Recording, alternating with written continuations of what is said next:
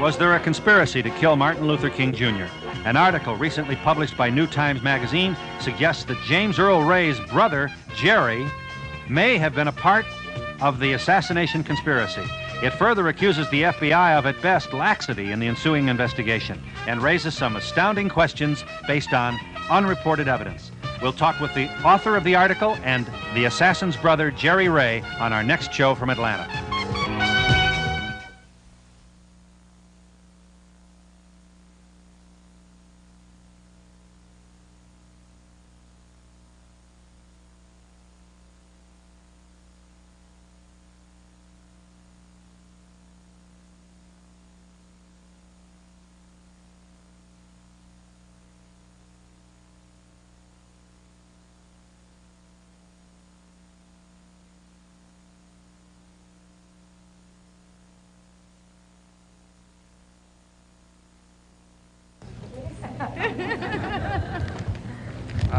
You're all from the area? Anybody from out of town? Phil, can I have the mic, please? Oh, sure. Be happy to give you the mic. Wait a minute, I'm all caught up. Excuse me, wait a minute. Donahue Show, number 04207, The King Assassination. Here it is.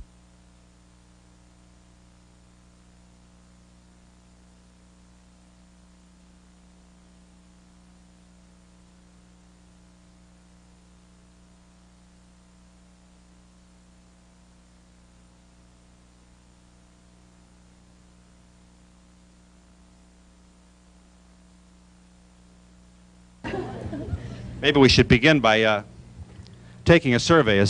Are we working here? We have no PA in the studio. There you go. Thank you. How many here believe that James Earl Ray acted alone in the killing of Martin Luther King? I'm sorry, but it's such a grim question, but it's an important one. He acted alone. I have to see hands. How many believe there was a conspiracy and that he was not? Oh, my goodness.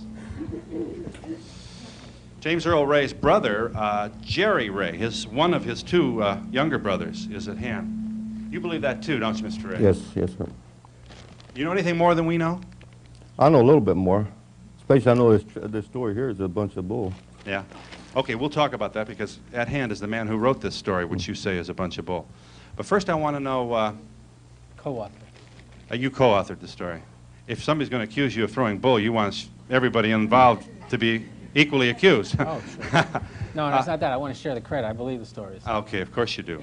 We're talking about the New Times story. At hand is the co-author of a cover story on New Times, a recent edition of which David Lifton is here to tell us about the information he gathered, which strongly suggests that the man to your right, Jerry Ray, was not uninvolved in what may have been a plot or a conspiracy to kill Martin Luther King. How am I doing? Do you agree with that observation? Yeah. Okay. Mr. Ray, tell me what we don't know about the assassination of Martin Luther King that you do know. Maybe you can give us a headline here. Well, a lot of things I don't know, but I know one thing that he was directed in that there was a lot of people involved in it, but I wasn't involved in it in no way. You had nothing at all to do with the assassination of Martin Luther King? I hadn't talked to him 3 months before the assassination took place. Yeah. Do you think your brother pulled the trigger that killed the civil rights? No, sir, I don't think it. And they had experts that analyzed his voice saying that he didn't assassinate King. You know that the famous attorney Percy Foreman quotes your brother as saying that you, Jerry, was with him at the time he bought the gun. But he didn't say that until after my brother filed a libel suit against him. Before that, he wasn't talking that way, but then... okay, but it's not likely that Percy Foreman, a man of wealth and reputation, would make... And a professional crook. And a professional crook. You think he is? He was indicted in Texas for extortion, I think it was. Well, those charges have not been litigated, and I still don't know if I understand what would motivate Percy Foreman to lie about something that your brother said. Now, let's make sure we all understand each other. Among other things raised in the Lifton article in the New Times issue recently is that your brother, James Earl Ray, now serving time for the killing of Martin Luther King, claims that you were with him when he bought the gun. I think the gun was purchased in Birmingham, was it not? Yes, sir. You were not with him. You're denying that now. If I was with him, I'd be doing 99 years in jail. Mm-hmm. Would you kindly develop that for us, Mr. Lifton? This is certainly one of the most damaging Okay. pieces of evidence. Well, what our article is about, I think the background you need to understand the situation which is developed here is that after the assassination, when the investigation began, the FBI did a rather exhaustive investigation, not as exhaustive as I would have liked to see, but it was pretty big. And newspaper reporters were swarming all over the different cities that James O'Reilly had lived in. You get together a patchwork quilt of statements of people who knew James O'Reilly at the time, and he would say that he was doing this or that with my brother, whether it was in Los Angeles or in Montreal or in Canada or at the gun shop where he said that he had exchanged the gun because he was going to go hunting with his brother. After the fact, after James O'Reilly was captured in London, 64 days after the assassination of King, he sold his story for publication through William Bradford Huey. And one of the reasons was to help raise money for his attorney. And in that story, the one he told to William Bradford Huey, and which appears in Huey's book, He Slew the Dreamer, he says that he was involved with a man he calls Raoul. And he relates this whole story. Threaded through James O'Reilly's whole narrative is his interaction with Raoul. What we've done, and the hypothesis that I came up with some years ago when I was researching this case for a movie company, was the startling realization that references to my brother before the fact correlate with references to Raoul in the story that he sold, that is, he being James O'Reilly, sold to William Bradford Huey. Now, and that's what our piece is built around, the idea that Raoul is Jerry Ray. However, that does not mean that Jerry Ray is involved in a plot to kill Martin Luther King, and I made it very clear in the article we wrote that there are several ways to interpret the evidence, and the evidence, incidentally, will not go away. The correlation will be there. It's there today. It was there in that record. It's going to be there 100 years from now. The question is, how do you interpret this correlation between my brother before the fact and Raoul after the fact? And there are several interpretations. One is that Raoul is Jerry Ray and Raoul is the mastermind behind the King assassination. I do not believe that. The other is that two men got involved in something. What that something is, we don't know. One got caught. He then calls the other one Raoul. That's the one I tend to believe. The third is that it's all a coincidence, that all the references to my brother before the fact are spurious references. The man was just making his way through his life, and he constantly makes his social entrances and exits into situations by saying, I'm going to meet my brother. And after the fact, it happens to correlate with Raoul, but it has nothing to do with my brother. That's possible. I don't think it's very probable. Did you talk to your brother James Earl Ray on the day before the killing of Martin Luther King? The last time I talked to him about 3 months before the assassination. 3 months? Yes.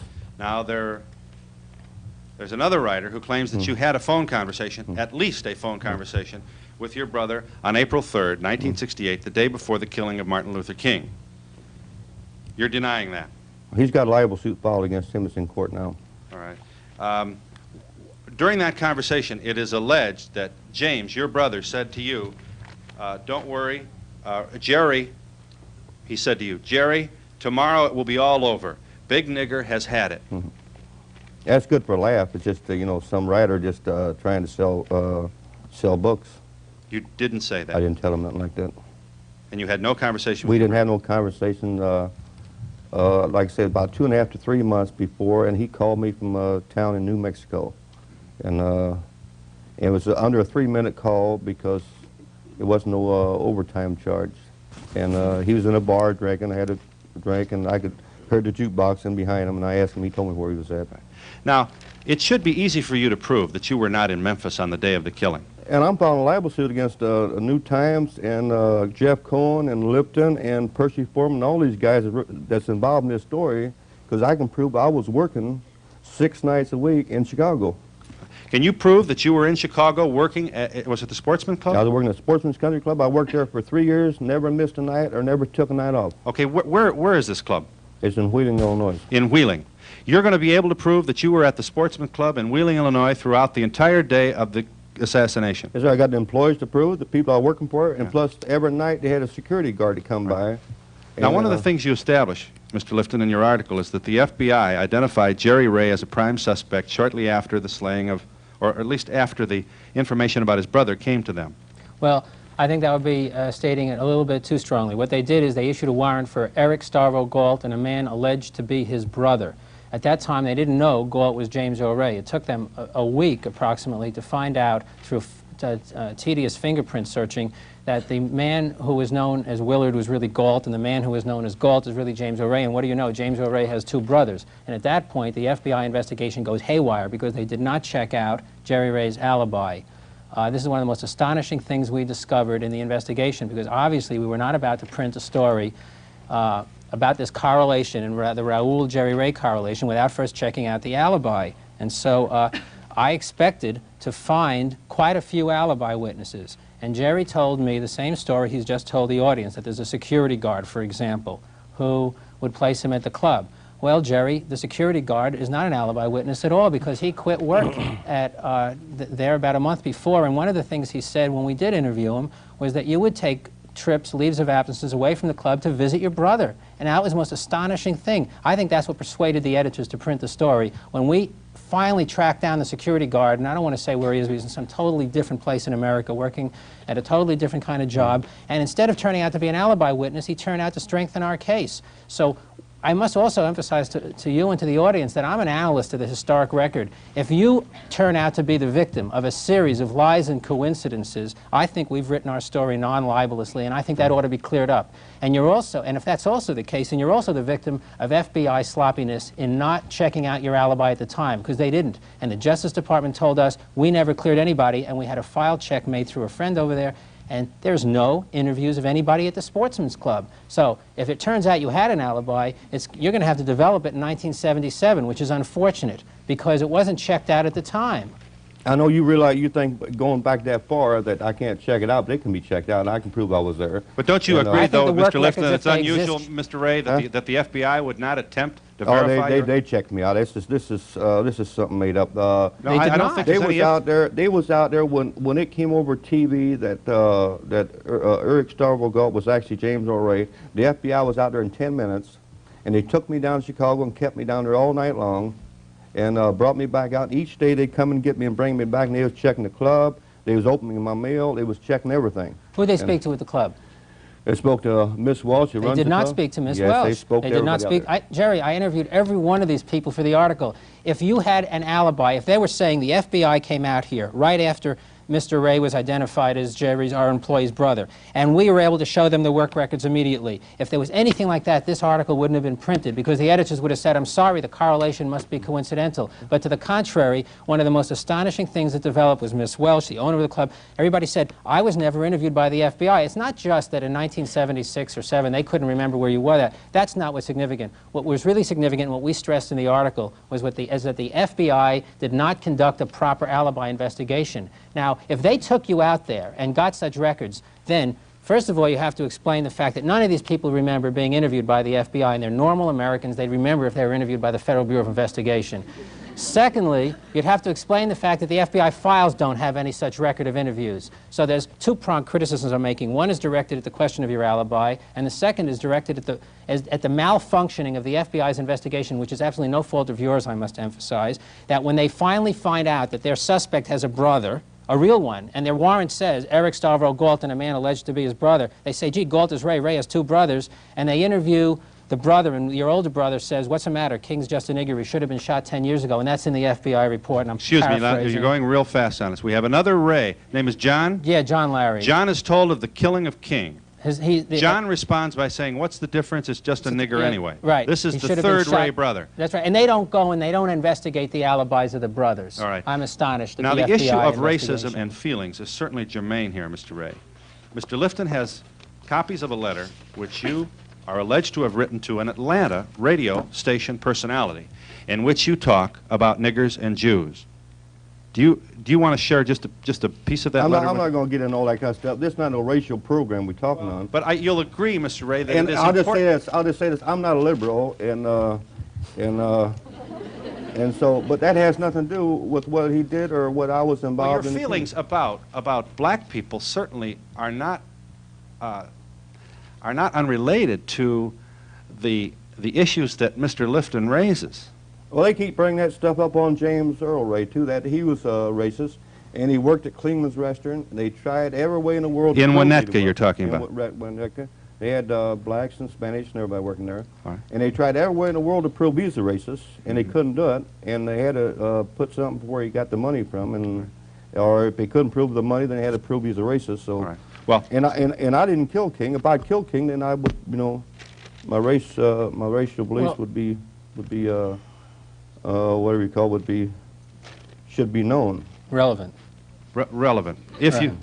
Would you kindly just give us a... And prefacing this by saying that I don't think he's involved in a plot to kill King, as I made very clear in the article. In fact, the article says Lifton thinks both brothers were framed. My partner, Jeff Cohn, tends to take the state's case against James Earl more seriously than I do. But anyway, Jerry had written some years ago, I guess you would call this a fan letter. This is to a Jewish Atlanta radio personality, a Jewish lady here in Atlanta. I guess you would call this a fan letter, as I usually wouldn't waste my time writing to a couple of Jew devils. But being you two are in mourning for them 11 Jews that got done in by the Arabs in Munich, I figured I owe you a letter.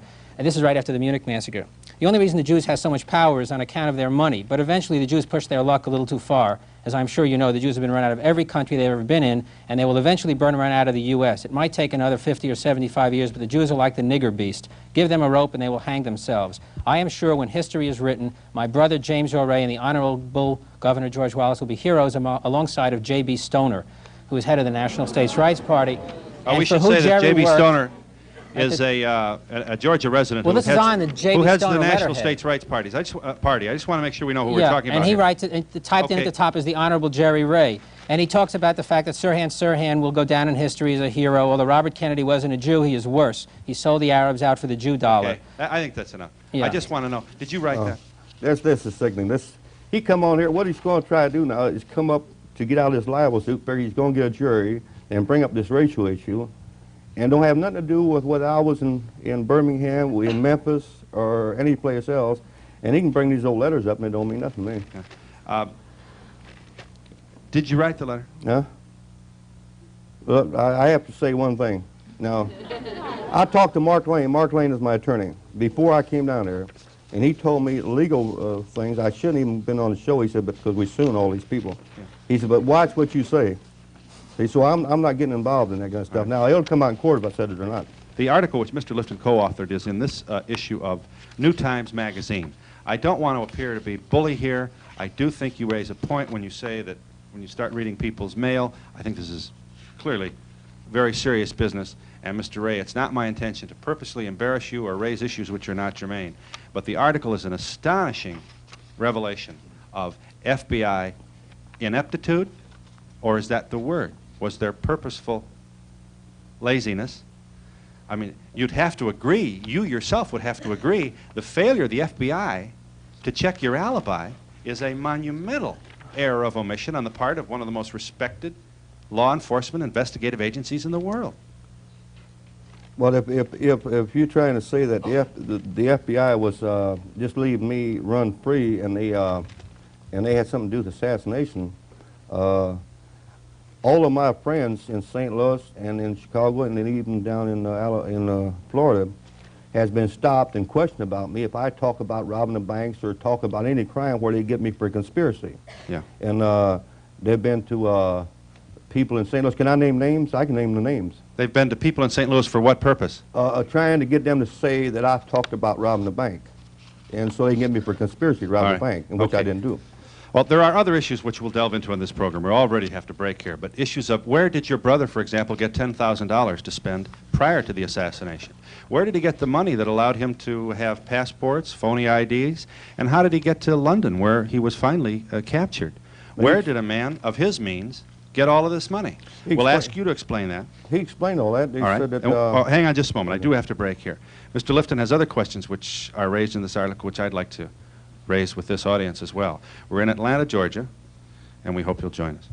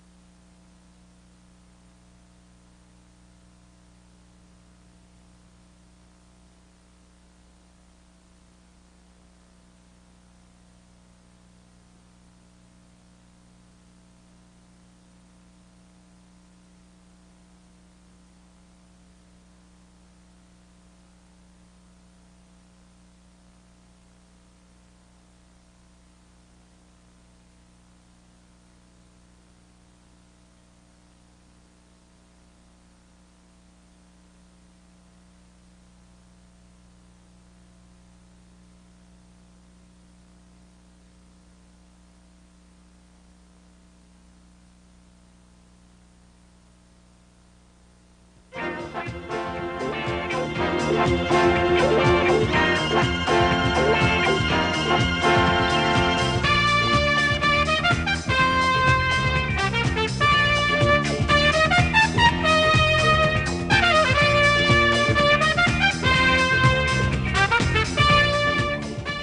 Lifton is co-author of an article in New Times Magazine which strongly suggests that the case, the investigative report on the killing of Martin Luther King should be reopened.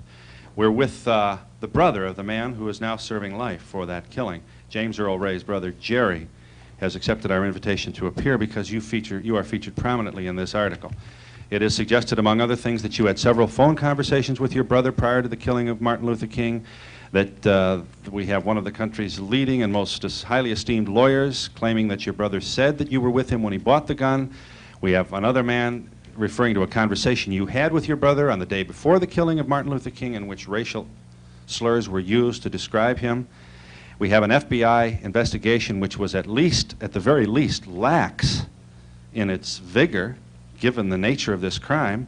And we also have in this article from Mr. Lifton some astonishing information regarding the behavior of the man who headed the FBI office in Atlanta at the time of the killing. Would you share that with us, please? Yeah, well, I thought you were going to quote it, but it's at the end of our article. We interviewed Arthur Murtaugh, one of the agents who told us of the behavior of the man connected with the intelligence squad, the people who were keeping track of King and keeping him under surveillance.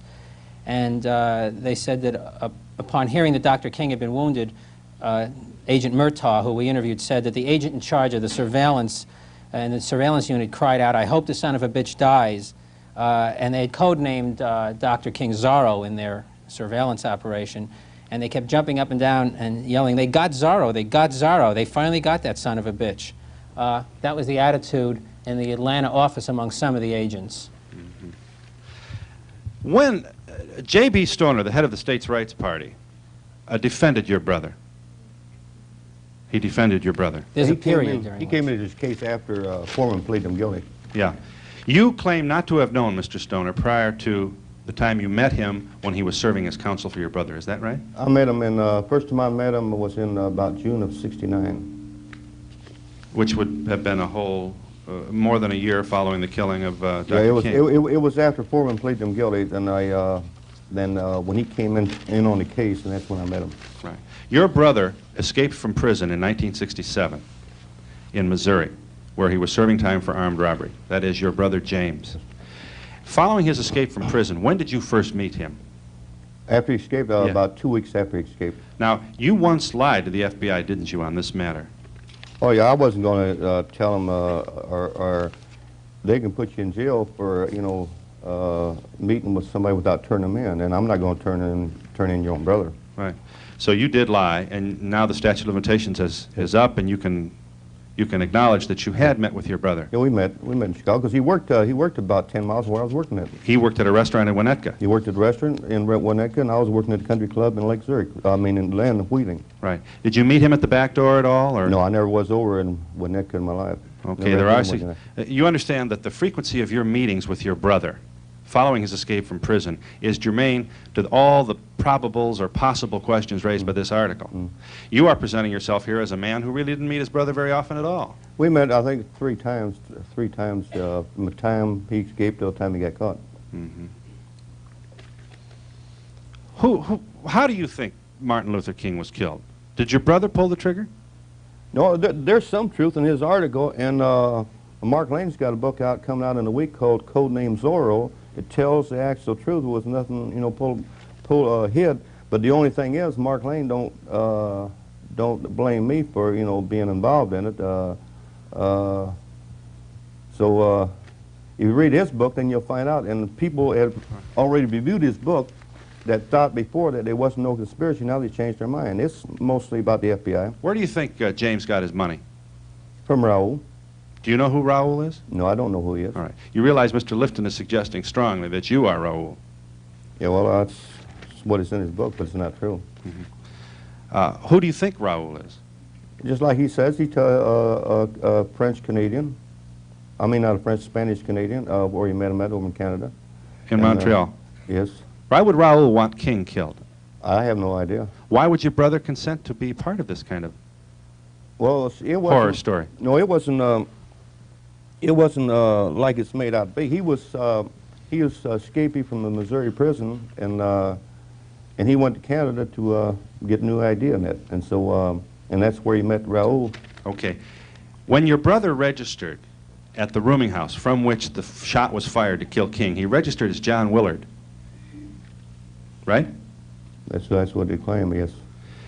The rooming house person who engaged in that transaction described a man who looks more like you than James. You understand that? Well, I read that in an article. I don't know if it's true or not. Okay. When they found the car, a Mustang, that was used by the alleged assassin to depart from the scene, the ashtrays were filled with Viceroy cigarette stubs. James does not smoke. You do smoke. I've noticed that you smoke Winston's, not Viceroy's. And I just started smoking Winston a month ago. I was always smoking Camels up until a month ago. I see. Is there, Mr. Lifton, would you put this in focus for us? I don't want to, I feel like I'm badgering the witness. Would you kindly tell us your feelings about this evidence? Well, okay.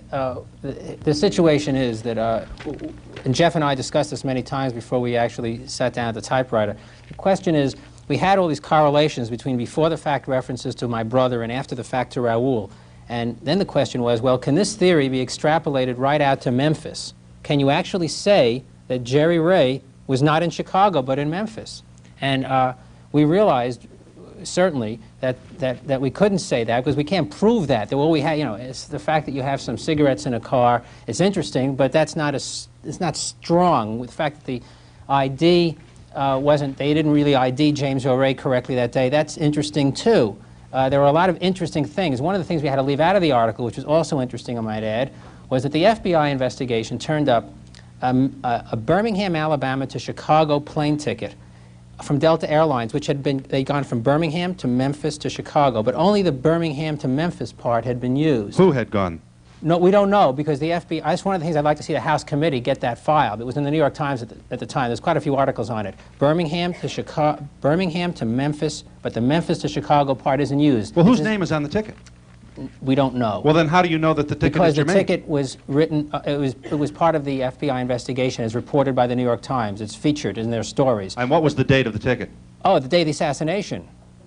Day of the assassination. Someone traveled in to Memphis and then didn't go all the way to Chicago. And we noted that Jerry works in Chicago. We put all this together, hold it, and we said, well, no, wait a second. We put it all together and we said, well, look, we have a House Select Committee on Assassinations. They've got to go over to the Justice Department, get the FBI file, and find out the name of the ticket. Okay, that's the sort of thing that has to be done. We have to go back, for example, to the laundromat in Atlanta. You want me to hold for a minute? And find out, when the lady, I said the man came in on Monday to drop off his clothes, what was the description? Those people did their interviewing right away. Was it a shorter man? Was it, or was it a taller, thinner man? We have to get this kind of work done. Well, I don't have access to those files. All we could do is raise the question. All right, one more question and I break, I promise. Just one briefly. Sure. Wasn't that King guarded? I mean, wasn't there significant FBI protection supposed to be afforded to this controversial figure in the late 60s?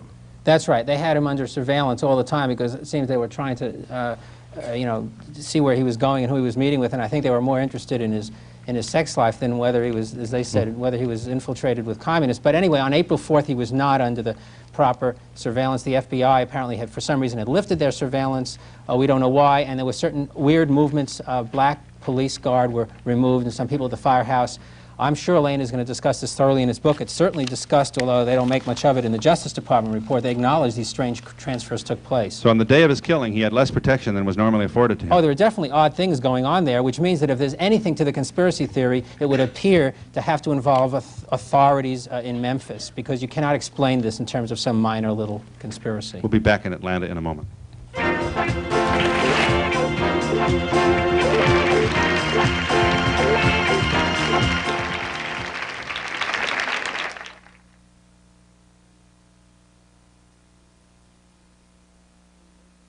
I want you to call me Lee Majors after this.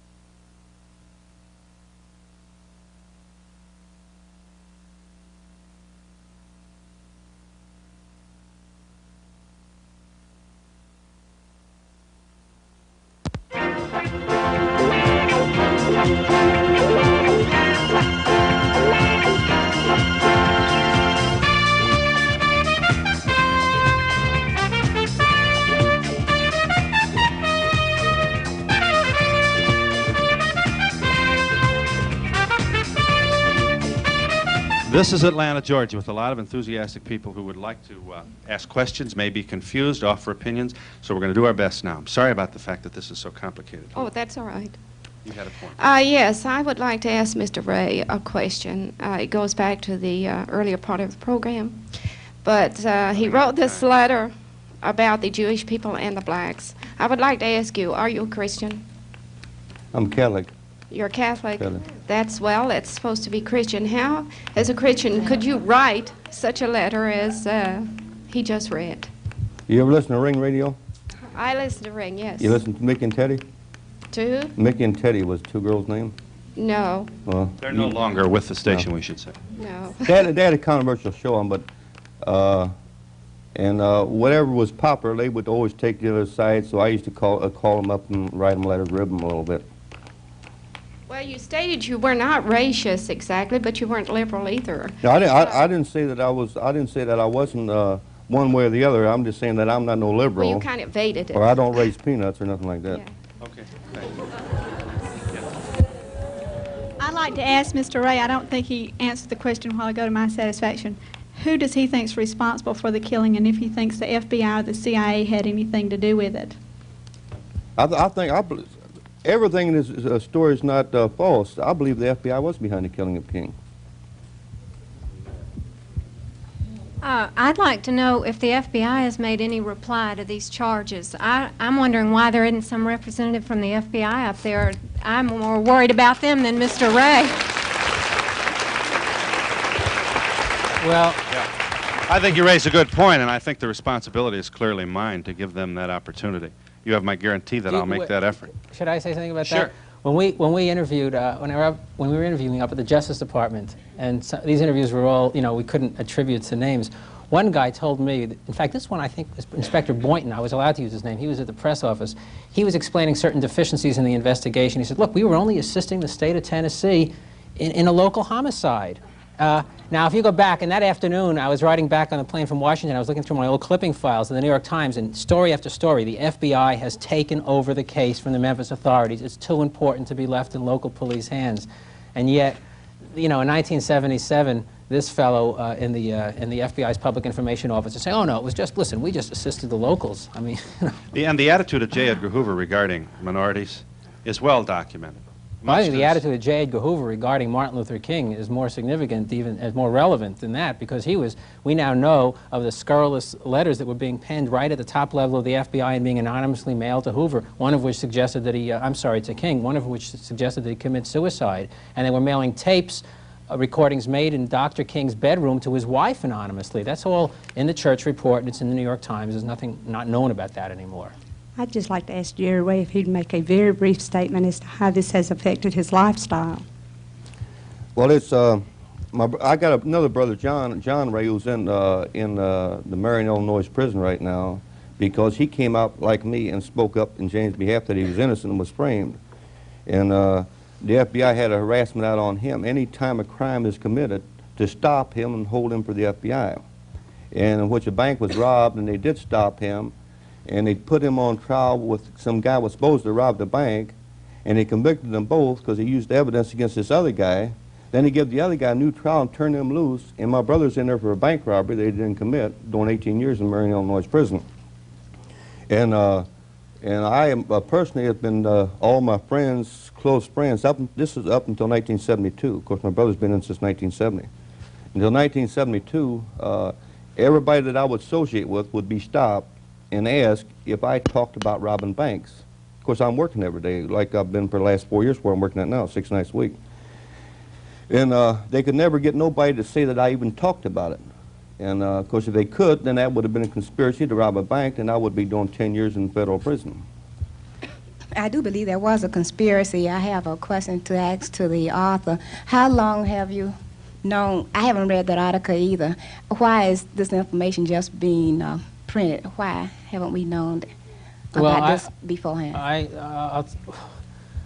I don't know why well, first of all, the information that's printed in the article is a hypothesis that germinated in my head in a library at UCLA when I was doing research for a movie company in 1974. And I had set up a filing system the way you do when you do research. And I had different series of names files. And one of them was for this fellow Raoul, which James Earl Ray constantly tells William Bradford Huey about. And I had all these Raoul incidents, and I was making little charts and tables. And I had another file, because on all these stories, the brother was coming up. So I had, you know, a whole series of references to the brother. And one day I was sorting my clippings and looking at this thing, and I'd only been working on this 10 weeks. And I said, my God, look at this. They match. Look at this correlation. Is this a coincidence? And at that time, I started writing a manuscript about it and doing some more research. And it wasn't until I was in New York City, because I'm there in connection with some other business, I met people at New Times, and they thought it was worthwhile writing up, publishing. We should say that New Times Magazine is the magazine which identified the cabinet member who made the racial slur aboard the airplane that subsequently cost Earl Butz his job. I believe so, yeah. And we'll be back in a moment.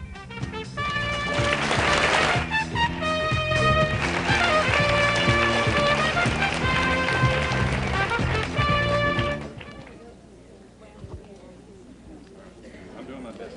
I gotta get over it.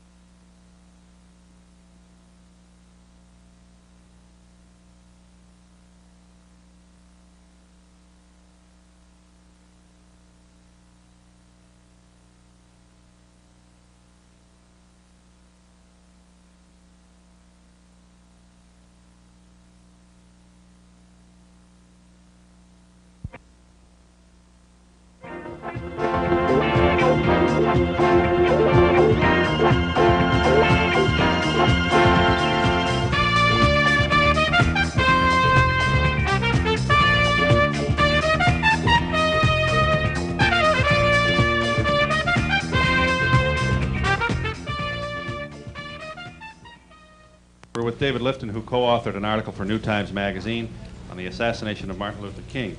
Also here is Jerry Ray, the younger brother of the accused assassin, James Earl Ray. I'd like to ask Mr. Ray, how did you feel about Mr. King's death? Were you glad to hear about that? What were your feelings on it? Actually, I had too much on my mind. I was working. I had been working in Chicago for a long time, and I wasn't a follower of King's or nobody else as far as that goes. Opinion, though, surely you had some thoughts. I mean, everyone always was thinking, well, I'm glad that finally got rid of him. Or people down south had more of an opinion than did up where I was at, because I never had seen the man before, and he didn't have no effect on me one way or the other. I'd like to ask the author if he thinks, after doing this extensive investigation, that we'll ever know the true facts. I personally do not think we'll ever know what happened.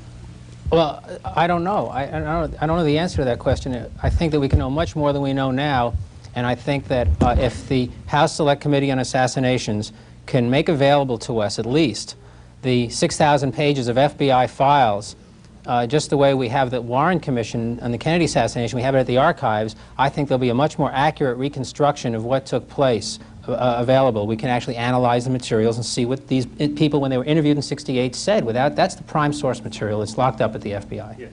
I'd first like to share my opinion and then ask a question. Yes, you'll be brief. That's all. My opinion is that I don't only believe that it was a conspiracy, but the conspiracy is still going on.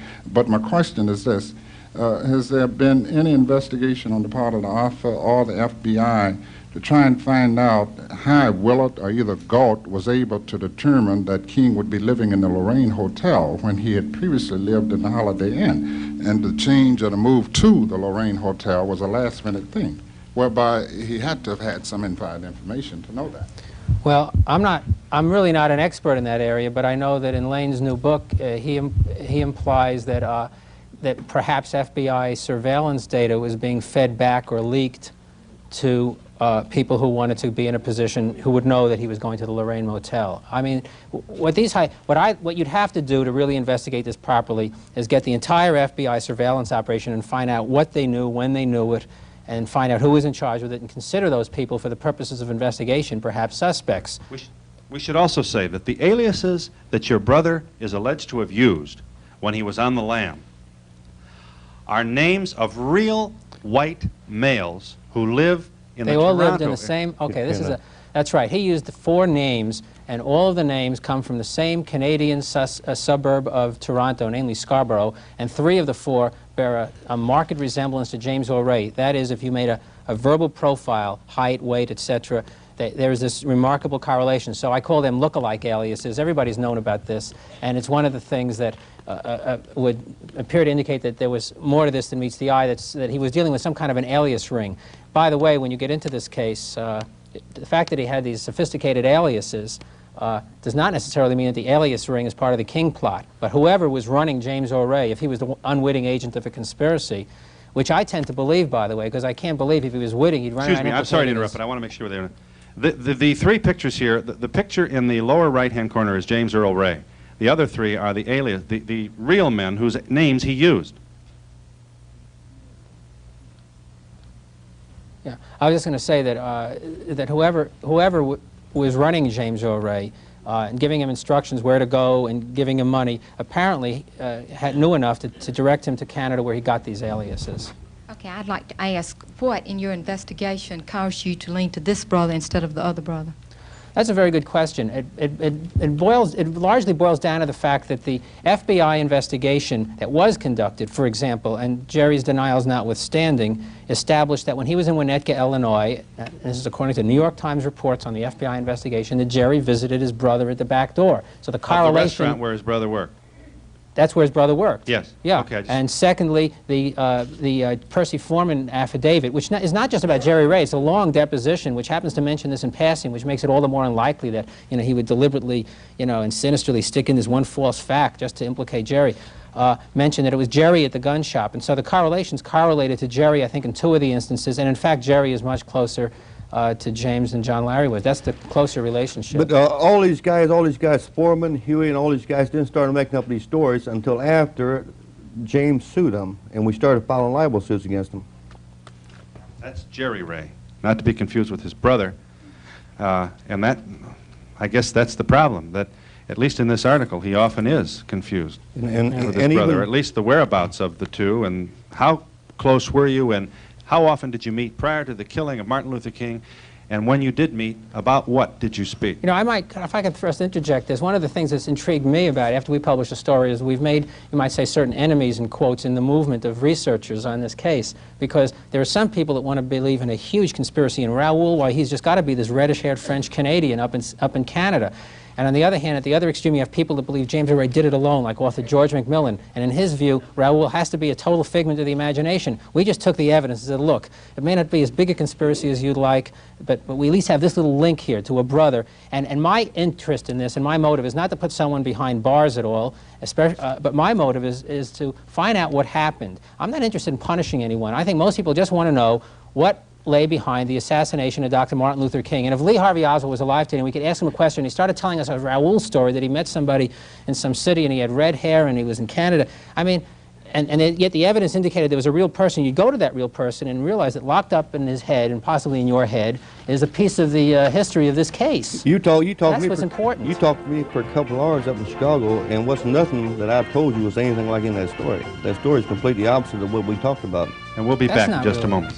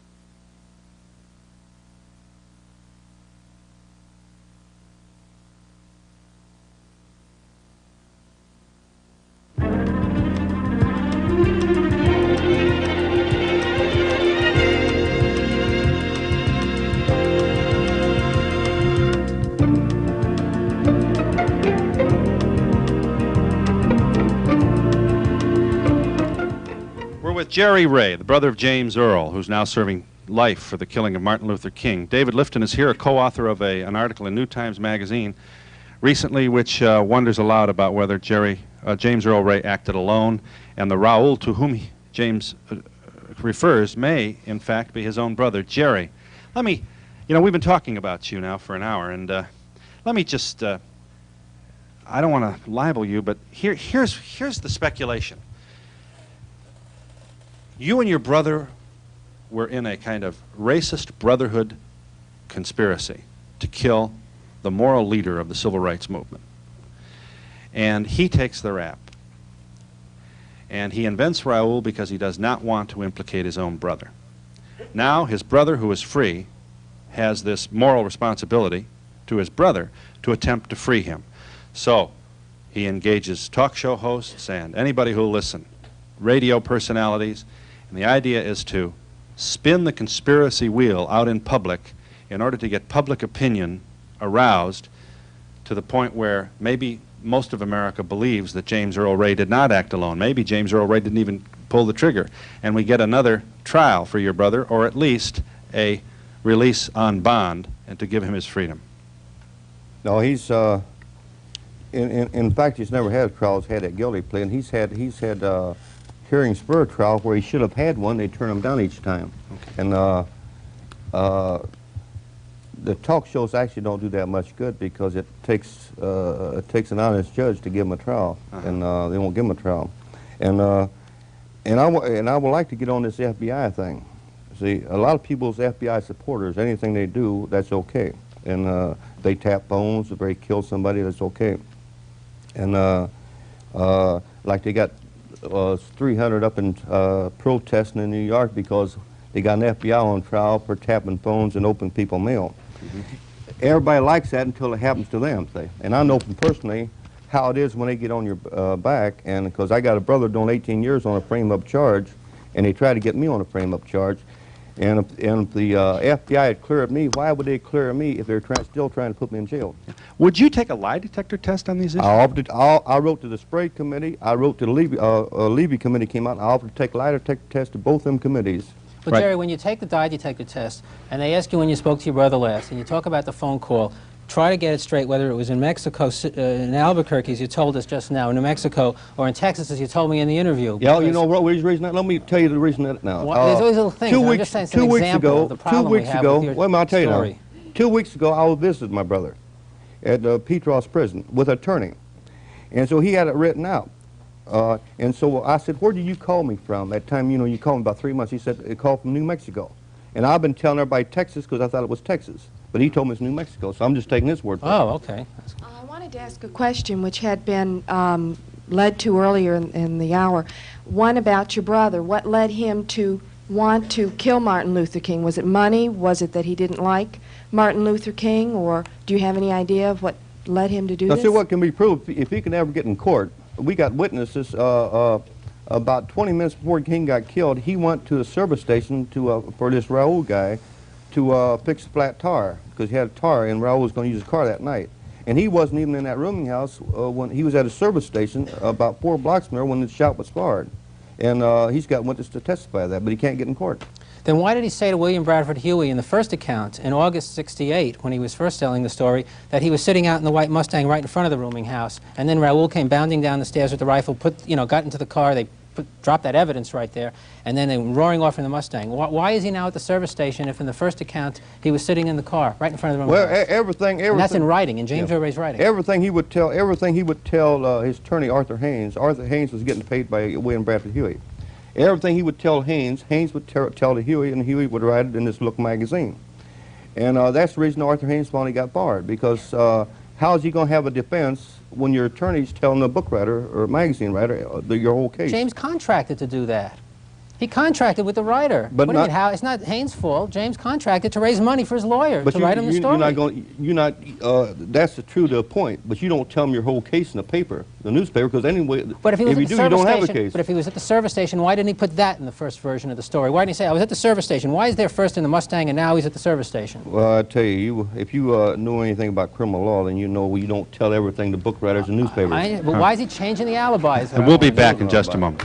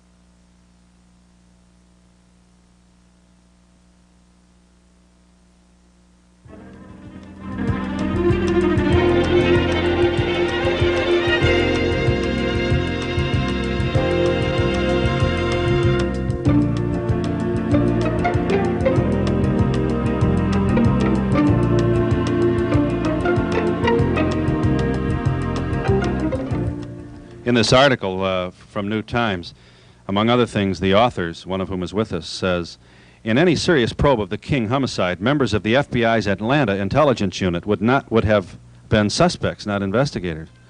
There's a couple things that we would like to get in, and this is so frustrating and so complicated. Does Jerry Ray, here present, have a police record? Yes, it dates back to the time he was a teenager. I think there were 2 arrests for robbery. Nothing since then. Mr. Ray is currently employed by a country club in suburban Chicago, which, ironically, given the nature of our earlier conversation, is a predominantly Jewish country club, and has been employed there for 4 years. So clearly you're a reliable, steady employee who has met your responsibilities at this job. Why doesn't James Earl Ray tell us who Raul is and get himself out of jail tonight? See, the only thing is, this is what confuses a lot of people. The only thing is describe the person, and Raul naturally probably wasn't his name. He worked on an alias. James was working. James doesn't know who he is or where he is now. James had an alias. He's using the name of Willard, and he was into criminal activities, running dope and all this other stuff. So the only thing he did just describe him, and he's always the same. Yeah. I'm sorry. I truly am sorry. You know I thank you for your presence here. I thank you, David Lifton. Hope that more of you will take a look at this most fascinating article, and perhaps a useful dialogue will ensue. I thank you for joining us. Goodbye from Atlanta, Georgia.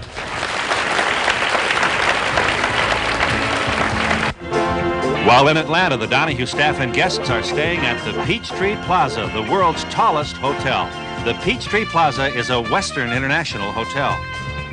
Air travel for the staff of the Donahue Show provided by Eastern Airlines, Atlanta's biggest airline with over 250 flights a day to 96 cities.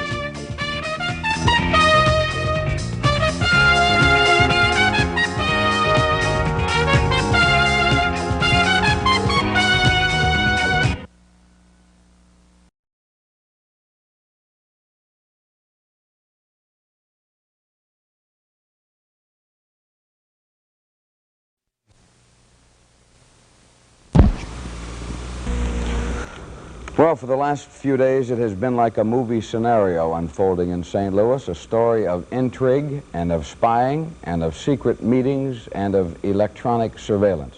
It is perhaps one of the most startling episodes yet in the investigation aimed at solving the riddle, did James Earl Ray really kill Dr. Martin Luther King?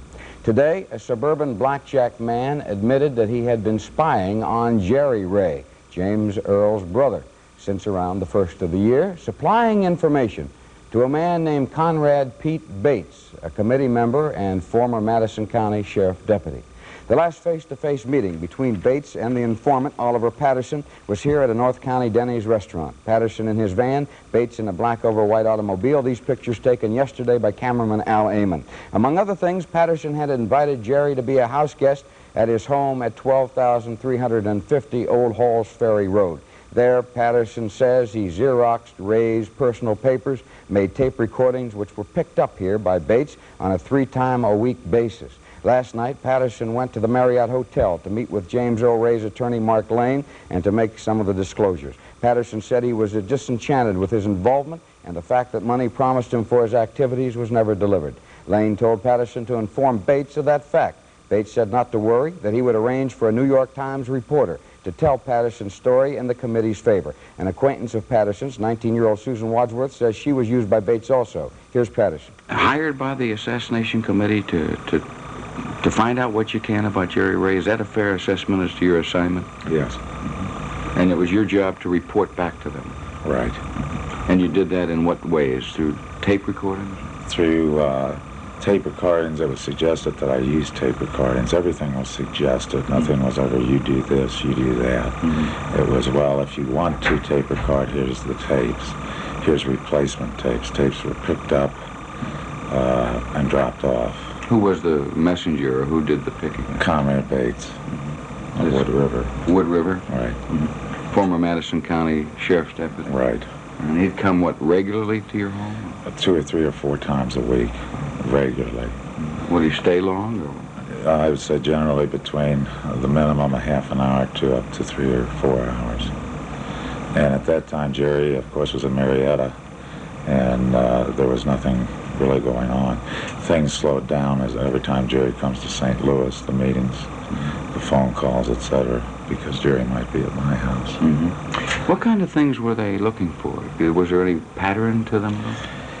They, at first it seemed like they wanted to equate Jerry as being Raul, number one. Number two, the questions were, did Jerry ever say his brother pulled the trigger? Repeatedly. That question was asked every time. In fact, during most of the tape recordings of the conversations, Bates was listening in on a monitor that I had set up and would write down instructions on what to ask him. And they were point-blank questions, which I didn't do, because you just don't do that. Did Pete indicate that this was his idea, or did he say it was coming from some other source? Most of the, every time the tapes would be mentioned or something else, he'd say, as friends, he'd clarify everything as friends. This is not the committee, we're doing this as friends. And he'd clarify it in that respect. This happened, the same thing, years before, and I kind of knew what that meant. Did they pay for this information? I was supposed to be paid, and promises and promises and promises, and as of yesterday, they're supposed to catch up with me and pay me a total of $900. Okay. All right, well, what's going on? Well, I'll tell you about it when I meet you. What do you think? Can we hold off till tomorrow? Yeah. I mean, meet today, but hold off on releasing the thing till tomorrow. One of the reasons is maximum impact. The Pope died about an hour ago, so you know. You're kidding. No, he died. He's cutting into my airtime? Yeah, that's right. You think he was Jewish? Yeah. But listen, give me about 20 minutes, half an hour. I'm out at the airport. Okay. How about meeting me, give me a place. JoJo's? Yeah, fine. That's a recording of a conversation between Bates and Patterson in regards to setting up an interview in St. Louis yesterday with the New York Times. Because they felt the Pope's death would minimize the impact, the meeting was rescheduled for today. The Times flew in a reporter named Anthony Morrow. When Morrow was confronted by Lane, instead of getting the story that he thought he was being provided, here's what happened. Mr. Morrow? Hi, my name is Mark Lane. I understand you sit down for the select committee. Are you running away from the big news story? Don't push him. Don't push anybody. Don't push him. You're pushing him. Don't push him. I thought you're a newsman. You were sent down here by the select committee to get a full story. We're going to give you the real story. Sent you by the select Yes, dear. Where we have the tapes of the conversations. Come on down. We'll give you the real story. We'll give you the You're not going to run the story. Everybody else is going to run it. Why is the New York Times running from the truth? Because it's not the phony story you had set up. Is that the problem? We'll give you the package. Well, if all of this was not incredible enough, let me assure you that there is more. We're going to pause here for a commercial break. But when we return, you'll hear Mark Lane report on a shocking offer made by a member of the United States Congress that, if accepted, could mean that James Earl Ray would walk away a free man. That next. Stay tuned.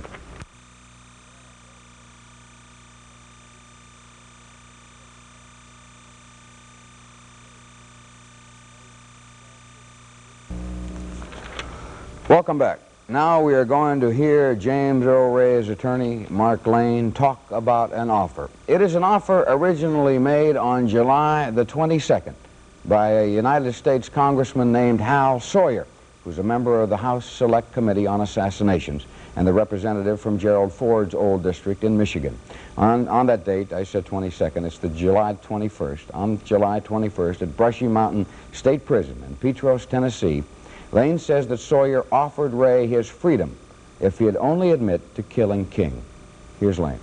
He said, well, I can arrange for commutation of sentence so that Mr. Ray can walk out of this prison if he just admits that he did it, says that he did it, and gives us a little corroboration. And then it was clear to me why he didn't want any tape recorders present. He asked me to put my tape recorder off before that conversation took place, and nothing was being recorded secretly. And Does it shock you when you heard it? You know, I tell you, it shocked me. Dick Gregory, who I told that they were having this meeting with me and the members of the committee, and I didn't understand why. He said, they're going to offer you a deal. I said, that's impossible. So I was really surprised, even though Gregory had predicted this. And what I did was I asked the Congressman Sawyer for his telephone number in Washington, and he gave me his number in Washington so I could call him any time. And when he left, James said to me, you know, William Bradford Huey, when he was working for the FBI recently, gave us a better offer. Walk out of here. He's going to fix it with the governor of Missouri as well. And he said, in addition, that he was offering me $220,000. This guy's offering us Did nothing. Congressman Sawyer ever offer any money? No, no money. It was not a very good deal. Just walking out for line. It reminded me of the Rosenberg case. Just say you did it, and you'll be spared. And Ray looked at me in a funny way. He said, "Why'd you take his number?" And I said, "Well, what do you mean?" He said, "Well, you know I didn't do it, and I'm not going to ever say I did it. I just want to go to Washington and tell all the facts." I said, "I just took his number so I can carry on this conversation to see if we can be able to get proof that he's made this offer, because I think it's a very improper thing to do." And then I called Sawyer. And, you know, one thing about telephone calls is it's very hard to make a electronic sweep of somebody's home when he's making a telephone call to determine whether or not he has a tape recording. I can just tell you that Sawyer made the same offer to me in 2 separate telephone conversations, and I can prove it. Well, we reached Congressman Sawyer this afternoon. Now, he admitted making that offer, and he said he had operated this way before as a prosecuting attorney in Michigan. He added, however, he was in no way interested in making a deal with Ray to admit that he acted alone, that he was merely trying to get to the bottom of the assassination, something we'd all like to do. We're going to change the pace a little bit, and we're going to go to Obel at Large, right? Is that right? That's right, there.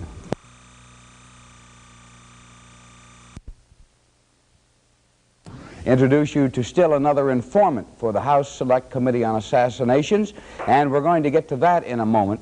But first, I want to let you know that we've got another item to swap tonight. The swap is back, and it's a litho stone. They call them printing stones, I believe. It's rather handsome, isn't it? It's a litho stone that was used to print stationery for the Wagner Manufacturing Company. Now, if you've got something interesting that you would like to trade for this litho stone, they're rare. You can't find many of these, and they're a good find to be sure. You can call us right now at 969-6666. If you've got something you want to swap, you just call that number and tell the operator what you have to swap and bring your item down, and that fine-looking litho stone can be yours. Well, we have spent most of the evening and most of the today in further pursuit of the story that we broke yesterday, the story of a man named Oliver Patterson, a man who went public, telling us how he spied on Jerry Ray, the brother of James Earl Ray. Well, tonight, a new development, the story of a young woman, 19 years old, who was too frightened to talk, now telling us how she, too, was used by an agent of the House Select Committee on Assassinations to obtain information from Jerry Ray. Her name is Susan Wadsworth, and today, breaking her veil of silence, and reaction from black activist Dick Gregory is the subject of tonight's Obel at Large.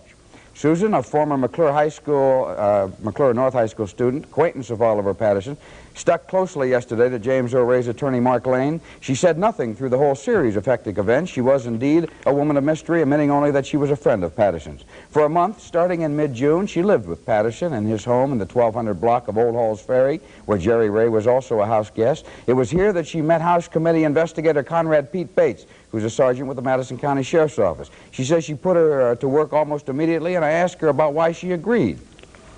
I was told that Pete was working for the Select Committee on Assassination, that it's, you know, for the government, and I don't have to, but they wanted me to. It would be a patriotic thing to do. So I did it. I thought it was the best thing to do. He told me to take Jerry out to dinner and ask him these certain questions. Write them down, memorize them, and then destroy the paper. These were questions that Pete was giving you? Yes, these questions were Pete was telling me over the telephone. I wrote the questions down, I memorized them, and threw them away. What kind of questions? How many questions were there? 3 or 4, very simple, to the point questions. Pete instructed me to act like a naive 19-year-old, curious, right out of high school, and I should be fine. The questions were, did your brother kill Martin Luther King? Who was Raul? Is there a Raul? Very simple questions. I asked Jerry these questions, reported back to Pete. Now, was there any other time that you supplied him with tapes or anything of that nature? No, I did not. I saw Oliver give Pete tapes. I saw Oliver taping the phone calls. On one occasion, I saw Pete monitoring the calls. I saw the transactions of Oliver giving him tapes and Pete returning brand new tapes for him to continue taping upon. Did Bates ever threaten you or say that what you're doing shouldn't be discussed with anybody? Yes, on June 11th, when Jerry Ray came into town, it was approximately 9:30 that evening when he called Oliver's house. Oliver could not come to the phone. He then called back about an hour later. That was the first time I'd ever talked to Jerry Ray. After the phone call, Oliver contacted Pete in Wood River, told him Jerry was in town. They talked for a while. Oliver got off the phone and told me that if I ever said anything about the taping of phone calls, if I said anything about anything that goes on in that house, Oliver would kill me.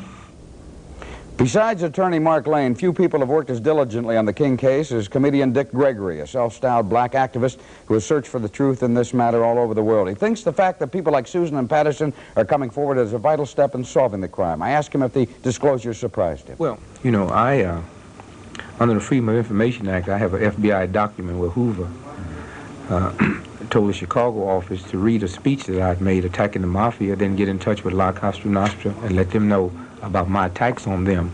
So when you get the head of the FBI in 1968, when most folks thought he sit at the right hand of God, would say to his Chicago office to get in touch with the mafia and tell them that Dick Gregory's saying bad things about him, nothing surprises me anymore. But I think the beauty is, I think, you know, the Dick Gregorys and the Mark Lanes, that will not save this nation.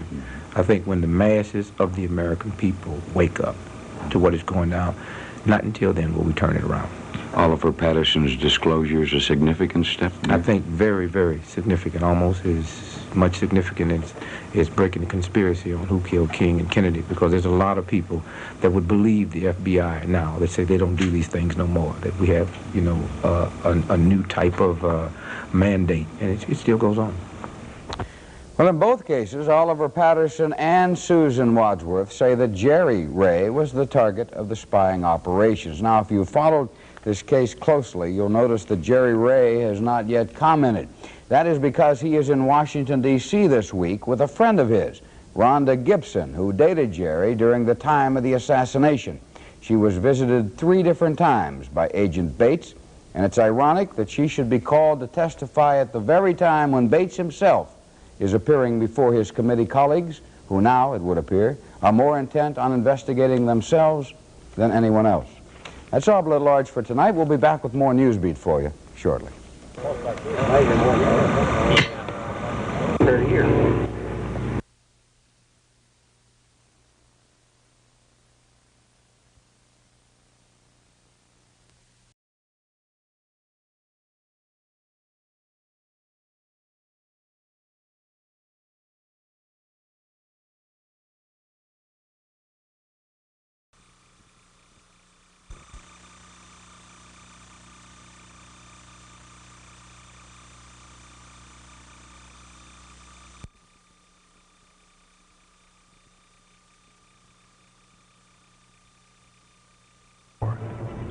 Good evening to you. Welcome to Channel 5's Eyewitness News Central. Last week there was a report that a Rock Hill man had become somehow involved in the Martin Luther King murder, and tonight Michael Brown is here to tell us that there is a new twist to it. Michael? Patrick, the latest reports finger John Kaufman of Imperial as the man who paid James Earl Ray to kill Martin Luther King.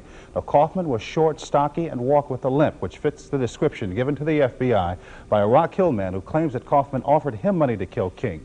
Now, Kaufman lived in Imperial on Highway 67. We went there today looking for his wife. We were told that she's in Washington again, probably before the House Subcommittee on Assassinations. Some local people told us there were many rumors about this place, plus an old hotel that Kaufman once owned nearby. One man told us buyers allegedly shot pornographic stills there. Another said he entertained lavishly there, including some local politicians. We found a couple of people who tell us rather what they thought of him. Just a regular person, you know. He didn't.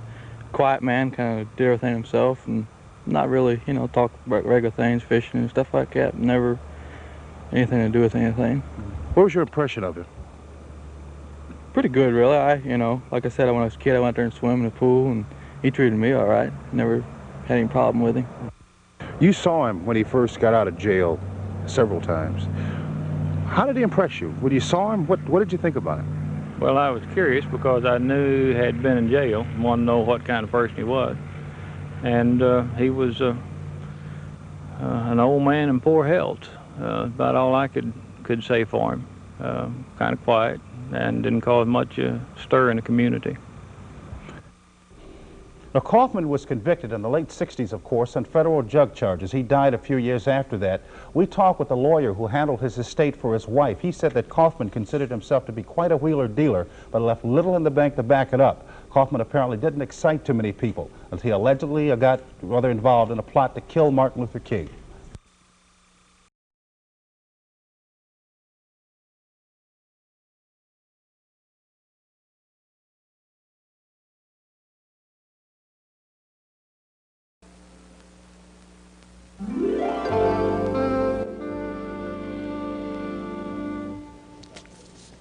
Yesterday, as you no doubt heard in the news, the Assassinations Committee of the House of Representatives began its first formal investigation hearings into the murder of Dr. Martin Luther King, Jr. Tomorrow in Washington, James Earl Ray, convicted in the assassination of Dr. King, will be testifying. We're going to be hearing a lot in the days ahead from the usual coalition of black leaders and lawyers representing James Earl Ray, suggesting that he was not, in fact, guilty alone, that he was part of a larger conspiracy to kill Dr. King. Well, NBC News correspondent Don Harris has been looking into these claims, and this morning, here on Today, he has this report. Under the terms of the law, James Earl Ray is guilty of killing Martin Luther King, Jr. In March of 1969, he entered a guilty plea and was sentenced to 99 years in prison. At the trial, the district attorney told the court that he had a witness who saw Ray run from this bathroom from which the killing shot was fired, down this hallway toward the stairs. Outside the building, and just a few feet down the street in front of this store, a bundle was discovered. In the bundle, there was a rifle with one fired cartridge casing in the chamber. Ray's fingerprints were on the rifle, and it was of the same caliber as that used in the assassination. Also in the bundle were several other items, including binoculars and some clothing that belonged to James Earl Ray. Ray acknowledges that he was in Memphis, that he bought the rifle, that the other items in the bundle were his, and even the fact that he rented a room in the boarding house, number 5, just down the hallway from the bathroom from which the shot was fired.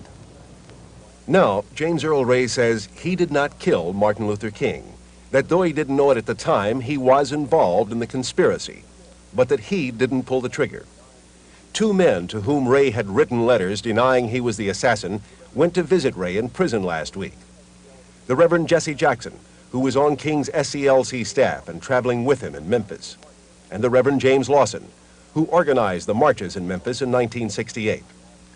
After they had talked to Ray, I asked if they believed he was the killer. I do not. I have profound doubt that he killed Dr. King. I am convinced that he was not involved alone. We went with Reverend Lawson back to Memphis, Tennessee, walked again through the neighborhood where King was killed. We went to talk to some witnesses that Lawson believed could prove Ray was not the killer. We have witnesses who say that James Earl Ray was not in the boarding house or in the bathroom when the shot was fired. The witness who could testify that Ray was not the man in the bathroom, said Lawson, was Grace Walden. When King was killed, she lived in the room next to the bathroom from which the shot was fired. It was her common-law husband, Charlie Stevens, who told police that he saw Ray run from the bathroom. Grace Walden says Stevens was lying. Charlie Stevens was so drunk he couldn't see his own face, let alone anybody else's. But you could see the man pretty good. Yes. Was the man James Earl Ray? No. Several witnesses agree with Grace Walden that Charlie Stevens was drunk at the time of the shooting. But both Grace Walden and Charlie Stevens have told different stories at different times. Walden said in a statement made on the night of the shooting that the man she saw run from the bathroom was a white man, not much taller than she is. She reportedly told the FBI she saw nothing. Now she says Charlie picked James Earl Ray out. I don't think the man looked anything like him. First place, I think he was a nigger. You think the man you saw Was a nigger. She was destroyed by the state of Tennessee as a witness. Mark Lane, James Earl Ray's attorney, says the contradictions in Grace Walden's statement are understandable because of the heavy dosages of drugs she was given at a mental hospital. Lane says Grace was put into a mental institution and kept there for 9 years because she refused to identify Ray as the man in the bathroom. The hospital records show that when she was placed in the institution, they decided that she probably should be kept there until after the trial of James Earl Ray. That's some medical diagnosis. There were other witnesses Reverend Lawson and Mark Lane thought we ought to talk with. We now have the affidavits of 3 Memphis witnesses who saw him at the gasoline station approximately between the hours of 5:15 and 6:30. Ray's lawyers showed us transcripts of taped conversations with 2 people who said they saw Ray at a service station at the time of the murder. But when we attempted to talk with those witnesses, we found that one had died of natural causes a few days ago. The other denied ever making such a statement, or that he'd ever seen James Earl Ray. Still, there is that taped conversation. The third, no one could find. Not Reverend Lawson, not Ray's attorney, and not us. Reverend Lawson and Jesse Jackson and a number of other people still believe James Earl Ray should have a new trial. They believe there was a conspiracy to murder Martin Luther King and that the FBI was somehow involved. The many memos and strategies of the FBI to disrupt, to destroy, and I'm using words from their memos, the civil rights movement, to neutralize and destroy the character of Dr. King and so forth, so that at least in my own mind, I suspect that the FBI had some involvement in the death of Dr. King and the assassination of Dr. King. Really, Reverend Lawson? They had, by all means, the best motive. Mark Lane says that his client, James Earl Ray, had no motive, that Ray is not a racist. Reverend Lawson, incidentally, agrees. Lane said that Ray had been forced by law enforcement officials to enter a plea of guilty. In fact, if you would ask James Earl Ray today, you say you didn't do it, why should I believe you? His answer would be, as it has been on numerous occasions in the past, you shouldn't believe me. We should have a trial. If Ray were convicted in a new trial, either of pulling the trigger or of knowingly taking part in the conspiracy to kill King, he could be executed. If Ray were acquitted in a new trial, the case would be unsolved and reopened. In any event, for those people who believe that the truth about the murder of Martin Luther King has never been told, a new trial seems to be the best way to get at that truth. Don Harris, NBC News, Memphis, Tennessee. Almost 7 minutes before the hour now, and stand by in Saginaw, Michigan, because in just a few moments, Dick Schaff will be along with a Sportsman of the Week of special interest to that area. But first, this message.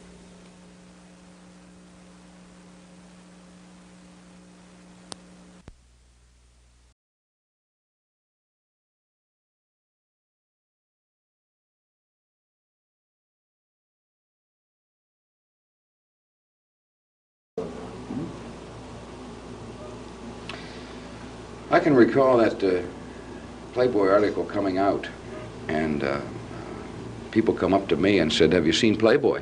It says he's done it. He did it. The lie detector says he's done it.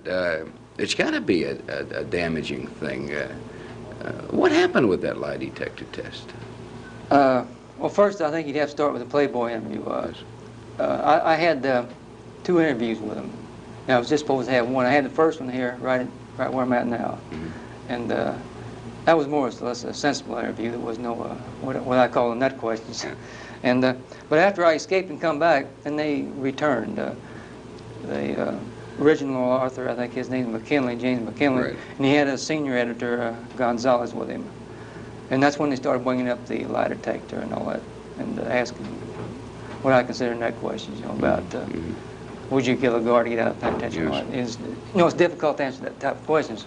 But anyway, I agreed to take the lie detector test, on the grounds, now everything I'm telling you now is on tape with the Playboy, on the grounds that, providing that they would take it at the same time the committee did, because I didn't promise the committee I would take one. But before I took one, I was going to do some research on and read up on, just like you would psychiatry or anything else. But they wanted to test before the committee got it. So apparently Kershaw, he agreed to it, and they came down here, and at that time I was in the hole. And they gave me the test. Now, I don't want to make excuses for it, because if you do something dumb, I don't like to come up with excuses. But there are certain things that shouldn't have, I learned later, that shouldn't have, conditions that I shouldn't have took the test on. For instance, we interrupted frequently, and it was hot in the room and all that affects your blood pressure and things.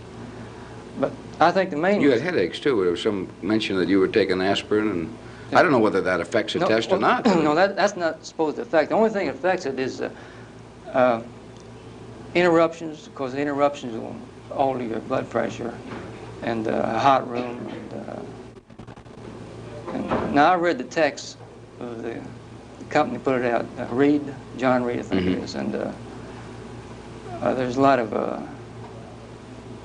they use a lot of stratagem, I guess you'd call it. But you wish you hadn't have taken it? Well, not particularly. I think after reading the books, I don't think at first, initially, I thought it was going to be damaging, but after I read 4 polygraph books, and it didn't seem all that damaging, because it's not all that exact.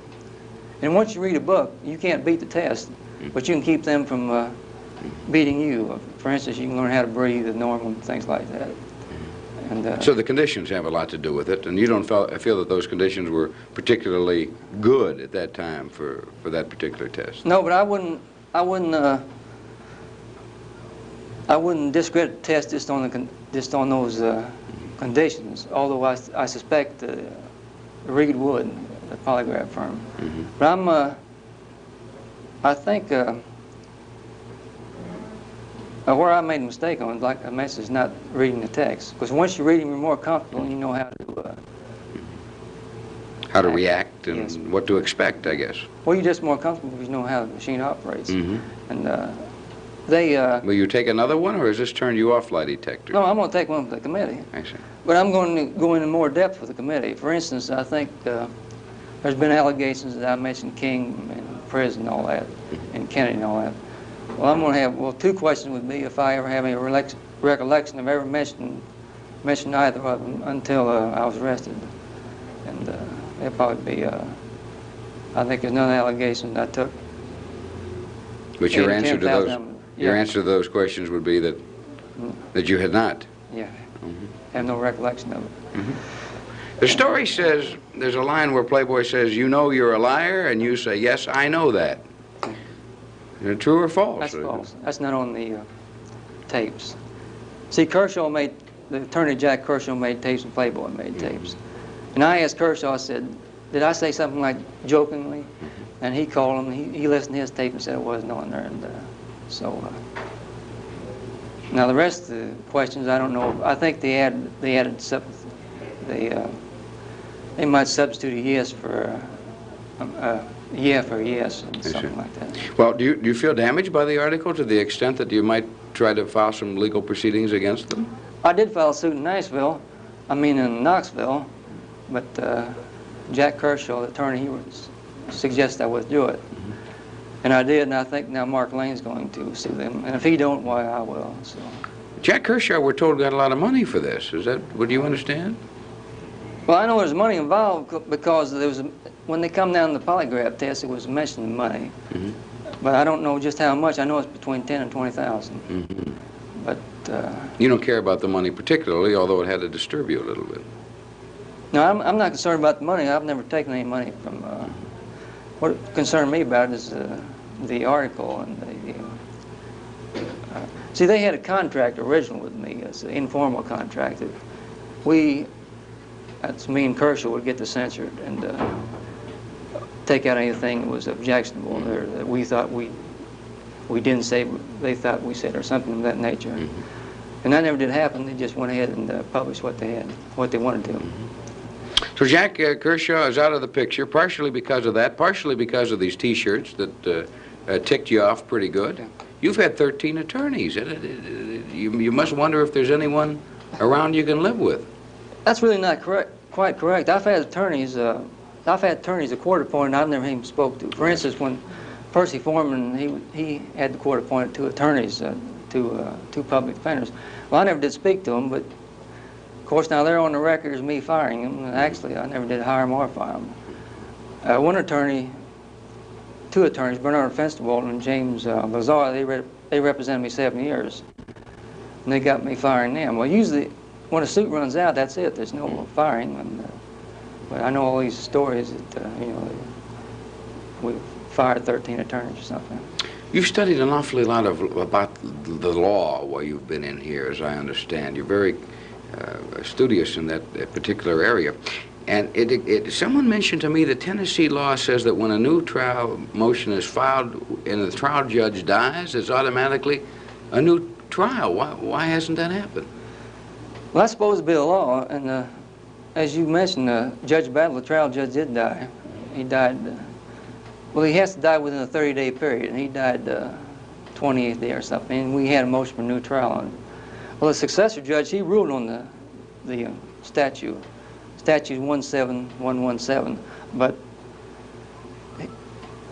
the successor judge denied it. But we appealed it, and neither the Tennessee Court of Appeals or the Tennessee Supreme Court recognized it. So I guess we could go in there on some type of writ of error or something. You hold it there. Okay. I think most people understand now that there was no conspiracy in the escape, that you acted on your own. You've said it time and time again, and I think everybody believes you. But what did you hope to do? They mentioned at the trial that you wanted to break out of prison, to break into a courtroom. That's a poetic way of putting it, but that's it, is it? Of course, the main thing you escape from prison is, naturally get out of the penitentiary. But of course, I did have considered several times if I should have been able to got out, I could have. It would have been extremely difficult for me to stay out longer than 2-3 months. And I thought there was a possibility that I could have some intermediary contact Griffin Bell. Now, Griffin Bell can't give me a trial, but he can recommend to the courts through some type of a friend of the court brief or something that they'd act favorable on any petition I would file seeking a new trial. Mm-hmm. But of course, I never did get that far. So you just were frustrated. You just felt nothing was happening, and you wanted to try to get something moving. Is it? I don't know if frustrated is the right word. It's just there's really 2 things going: the escape plus possibility of working out some kind of arrangement with Bell. Because Mr. Bell, he's mentioned several times he wants to get this cleared up one way or another. Sure. And of course, I would too, one way or the other. But a lot of this has to do with declassifying some FBI files. You feel there's a lot of suppressed information that nobody is talking about. Well, I know I think a lot of these information has been put under seal in Washington, D.C. I think there's a judge up there, Federal Judge Smith, I believe his name is. Some SCLC members have filed a suit saying there's personal things in there. But I've suspected the FBI or the Justice Department has put a lot of other things that are not personal. You mean personal things involving Dr. King? Well, others too. I don't know. Others too. But I think that's cover Dr. King. Mm-hmm. But anyway, I wrote this SCLC representing Philadelphia, and I wrote the committee, and I told them if there's anything there personal, that as far as I was concerned, they could destroy it, forthwith, as long as we could get a transcript of the items in there wasn't personal. So I haven't heard anything from the committee yet, but I think they'll like favorable on it. We're getting close to running out. Light up for a second. Well, I guess you got to start wondering who the hell you trust. It's got to be First,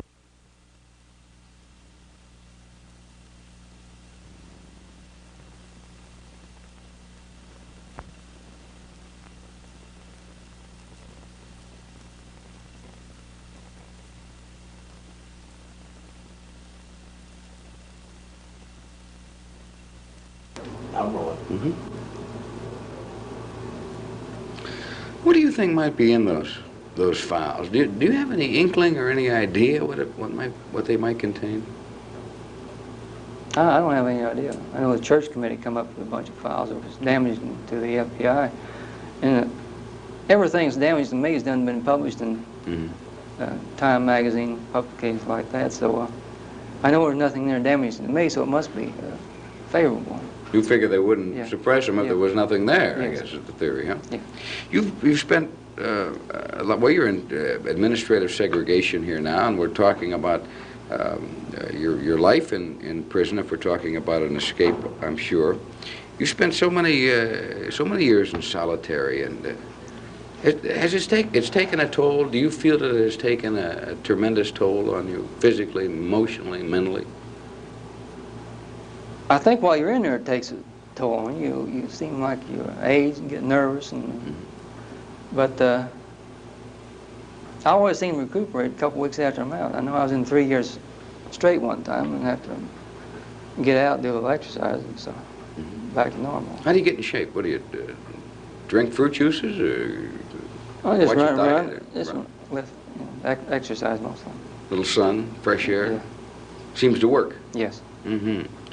And you're pretty well content here at Brushy Mountain. You certainly don't want to go to a federal prison, or have I heard that incorrectly? No, you have too many. First of all, I'm not a federal prisoner, and once they get you in there, they can keep transferring you around. You may be in Hawaiian Islands one day and Atlanta the next. And usually state prisons, you have more access to legal material and things. Federal prisons they have a good propaganda system, but that's about it. I'd rather be in just about any state prison than federal prison. You afraid they'll try to do something to you? Federals? Yeah. Well, the FBI, they use these informers. They might throw something on you when you sleep or something, but there's really no reason me going to federal prison, because they've tried this 2-3 times. In 1973, I think they tried to send me to a mental institution in federal Springfield. At Springfield, Missouri? Springfield, Missouri, yes. And you fought that? Yes, I beat that one. And it's clearly against the law. We have a law that says they can't transfer you out of the state against your will. Are they actively trying to do that? Are you? No, now they've stopped it now. But they were trying to do it, and while they was trying to do it, they knew it was against the law, but they figured they could get away with it, I suppose.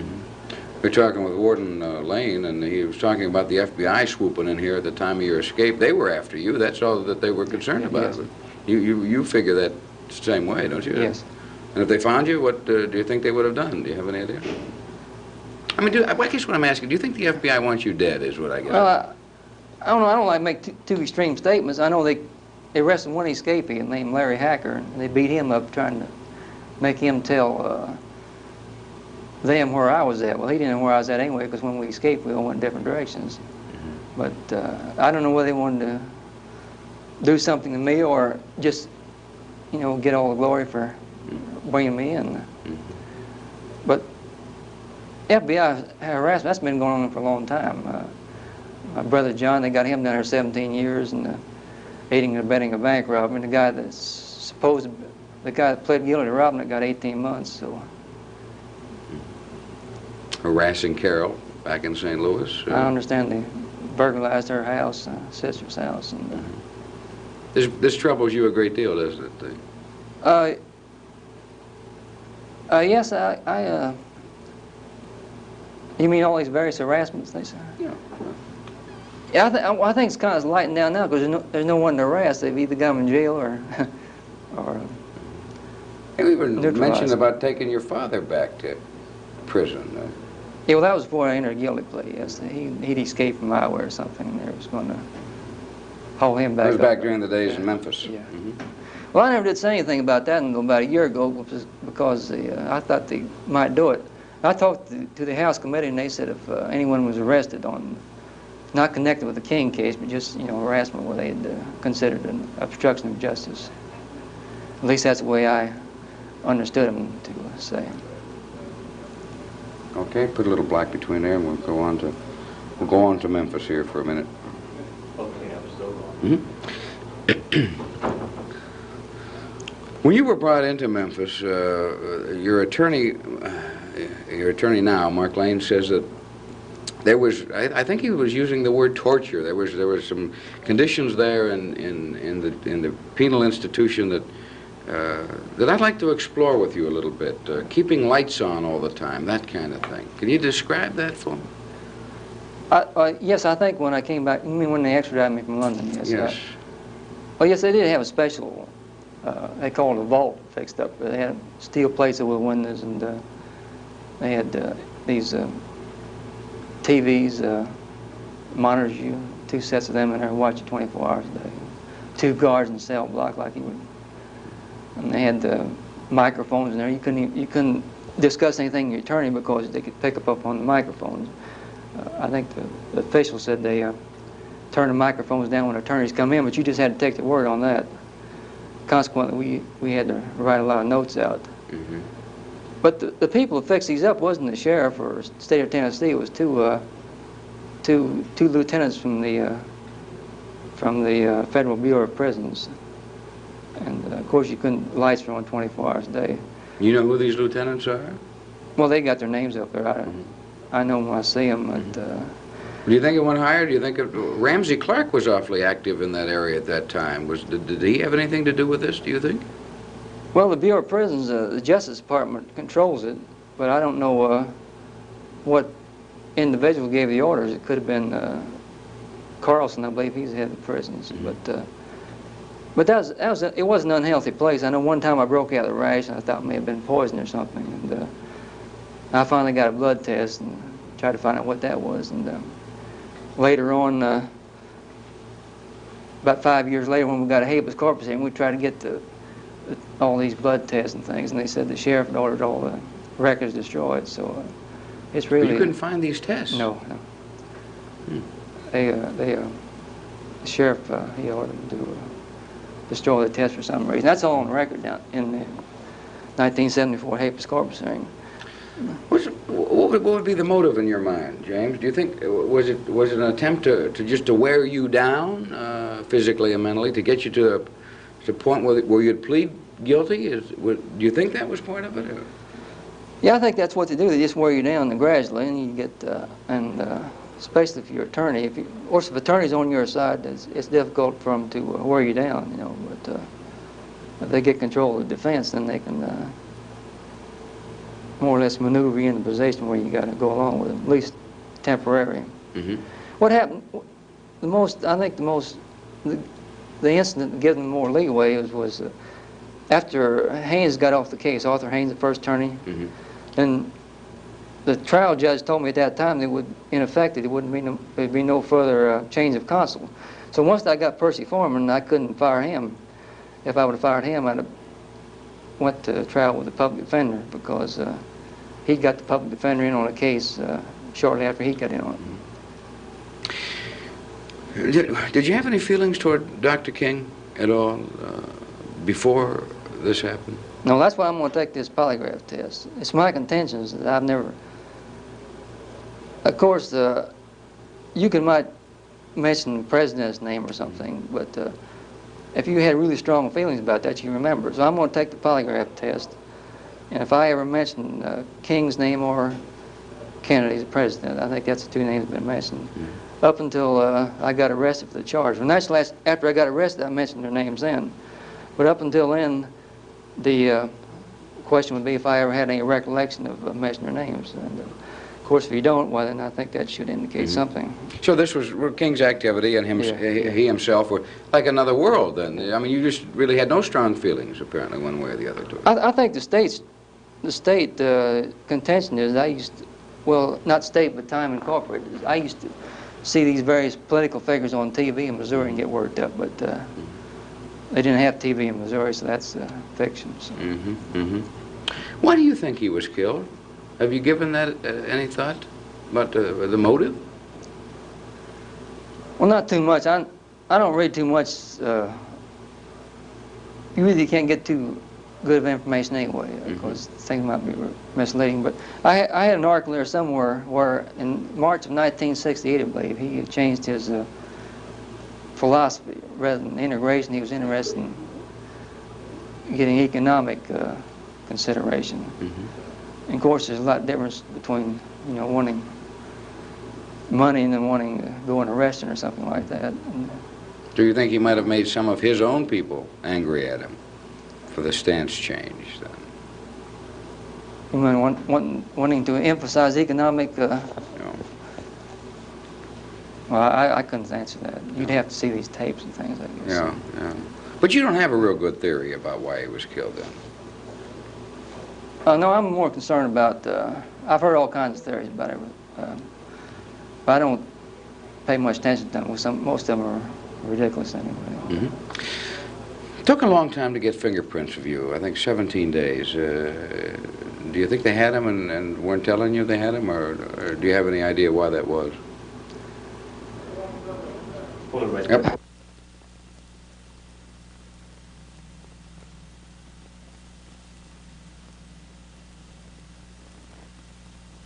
Right. This is a continuation of part 3. It took a long time to identify your fingerprints, 17 days. Do you feel that some were lifted or some were planted, or do you have any thoughts about that? No, I couldn't be certain. Jim McKinley, the Playboy editor, he says they can lift them. The only thing that would make me suspicious of something being lifted, I think there was 2 prints found on a beer can of beer, and I seldom if ever drink beer unless it's going to a tavern and buy one just because I'm in there. But it did take quite a while to match the prints up. I think they're supposed to have computers. I think they can match them up in a few hours, isn't it? And I think they took 13 or 14 days. And the Missouri Pen certainly had them, didn't they? Yeah, but they had the wrong prints on a card or something. I think that might have... there was some confusion then. I think so, yes. There's witnesses now that say that you were at that filling station, 2nd and Linden. You were there? Is that your story? You were at this gas station getting a tire changed or repaired? Yes, I'd had a flat tire the night before that, and one time I mentioned Percy Foreman tried to get tires evidence, and he never did do anything. After he got the guilty plea, they gave the tire to him, kept the car, gave him the tire and the floor mats and certain items out there. I think possibility of certain things would have helped substantiate my testimony. So you heard the news on the radio? Is that the way you heard it? So you were driving. You left that gas station at 2nd and Linden. What, about 6 or? I don't have any way of knowing. I think it's around that time, but I don't even know if it's Linden. I know the approximate area it is. And, I've seen the map on the Enquirer. And you were going back to pick up this man that you say is Raul? Is No, I just waiting the car back, and now the way I've recollected, I seen some police cars and people down there, and I turned off the other way. Now there is policemen. There's one policeman down there. He says he's seen me and told me to get my so-and-so out of the area. I don't have no recollection of that, but that could have been so, but I don't remember anything like that. Well, you were aware that you had somebody, an associate, at that rooming house? That what they call a flop house? Yes. But you weren't going back to pick him up necessarily. You were just going to leave the car there. Yes. And what, go to a movie or something, or? Well, I suppose so. Yes. There's 2 movies right down the street there. But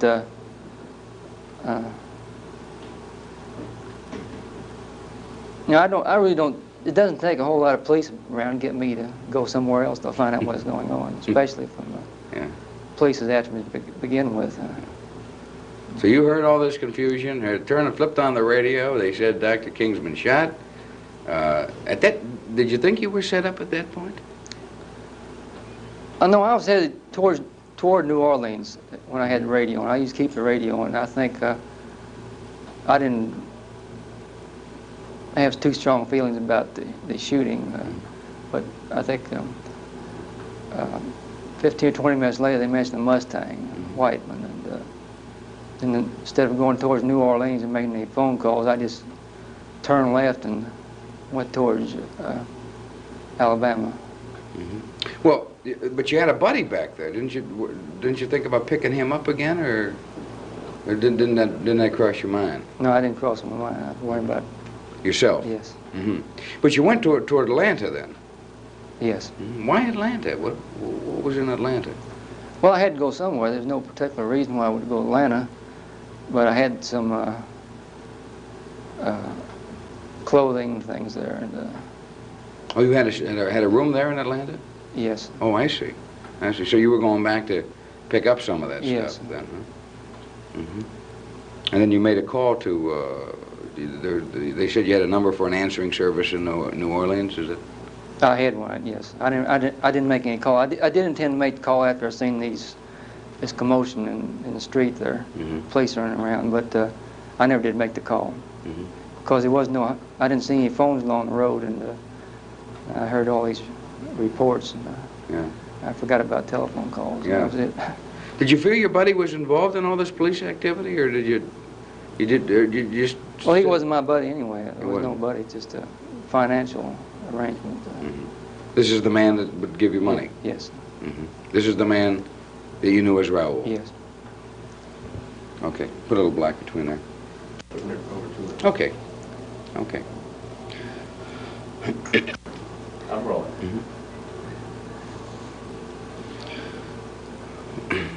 When you met Raul, you didn't know any other name for him. That's the name that he said was his, and that's all you ever knew. Yeah, I did. Just know. And you met him where? Canada. Up in Canada. And you just met in a saloon, or?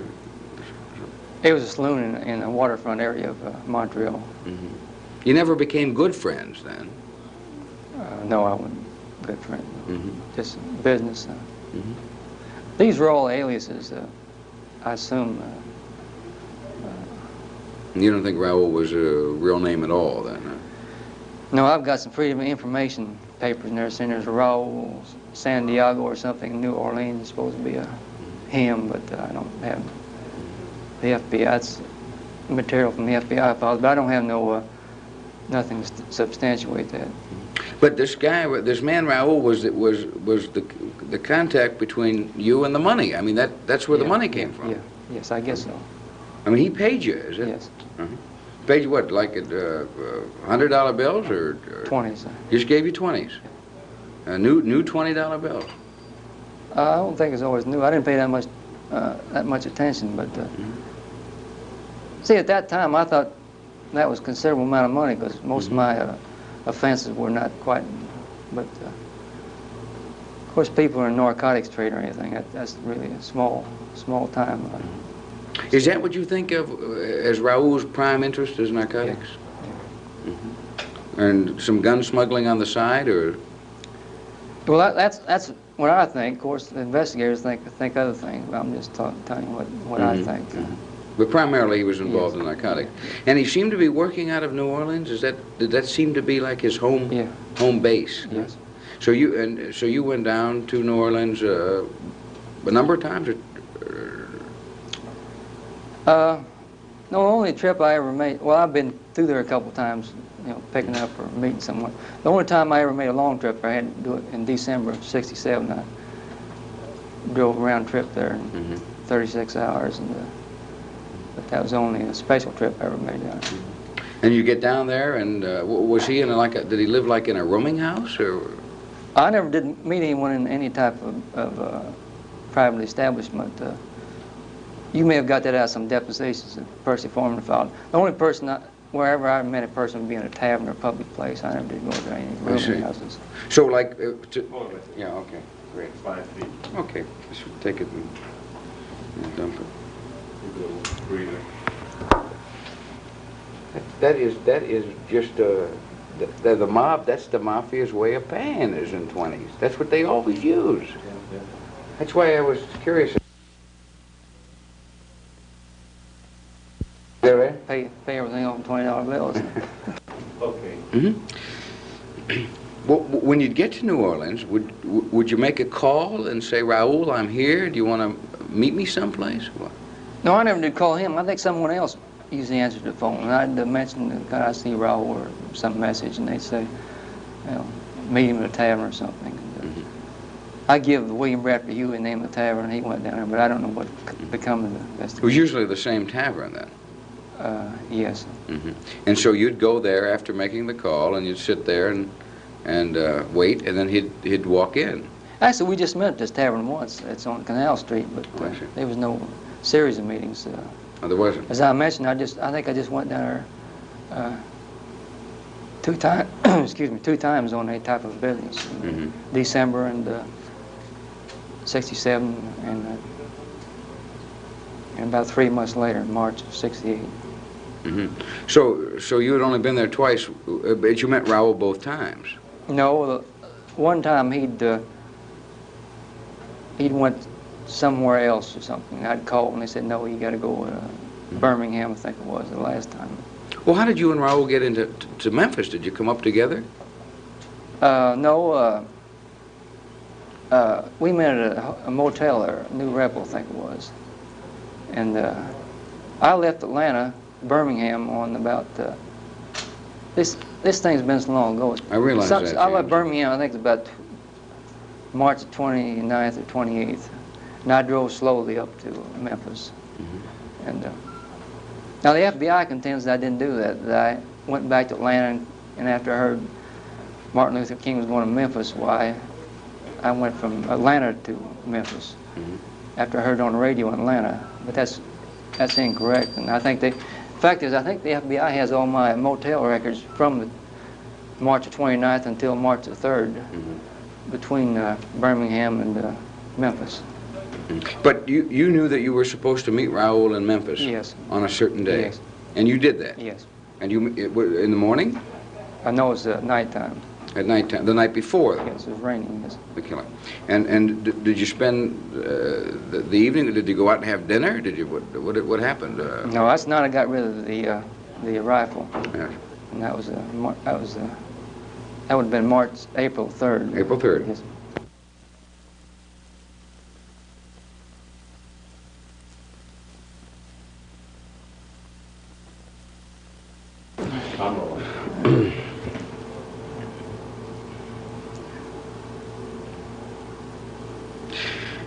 Did you ever sit down with authorities and make I guess what they call a composite, you know what I'm talking about, where police artists or something could make a picture of what Raoul might look like? Did you ever do that? With authorities, me? With the police or with anybody? Did you ever sit down with someone that could make a sketch or put together a picture? I've never talked to any of authorities, police or FBI or anything. I really don't intend to. But I have talked to the committee, and they've never suggested any composite. But I showed them a picture and described the picture where the alteration should be made. But I don't like to discuss too much that I've told the committee, because I think they're operating in sort of a private manner, and I don't think I should be going into too much of... Well, what I would think that now, you know, you're talking about 9 years later, and a lot of this is dimmed in your memory, as it would in anybody's. But when this thing was hot, back in the early days, when you could recall Raoul and see him on the street, you'd know him. You never did a sketch. You never had a composite made back in those days. They really wasn't interested. I think one of my main problems in this case is they've got a circumstantial case against me this week. Well, when they extradited me from London, they had to extradite me quick, and they extradited me for first-degree murder and doing all the shooting and everything. And naturally now they don't want to they don't want to alter that, because they can't under the treaty. In other words, they can't try me for aiding and abetting or anything like that. So they're more or less stuck with their own testimony in England. So you think their mind was made up when they got you? Well, it had to be made up. They couldn't. Well, I don't know if there's any penalty for extraditing someone fraudulently or not, but I think I can see their legal point where they've got to stick with their story. And you've stuck with your story. Your story hasn't changed at all. No, except sometimes I'll mislead someone's, but I mean, that's on the record when I do that, Bradford Huey or someone like that. But I wrote everything down on paper, usually, when I first got arrested, and give it to various attorneys, and Haynes and Percy Foreman. And I wrote a lot more for Percy Foreman, but he claims that he lost his file somewhere. He gave it to John J. Hooker, that's a Nashville, Tennessee attorney, and the attorney lost his file. But I can't see it. Lawyers losing their files like that. I can't either. Then, but now when he goes in court, his word is taken above mine, more credibility, although I claim I still have what files I had. And he just goes by recollection. Put a little black in there.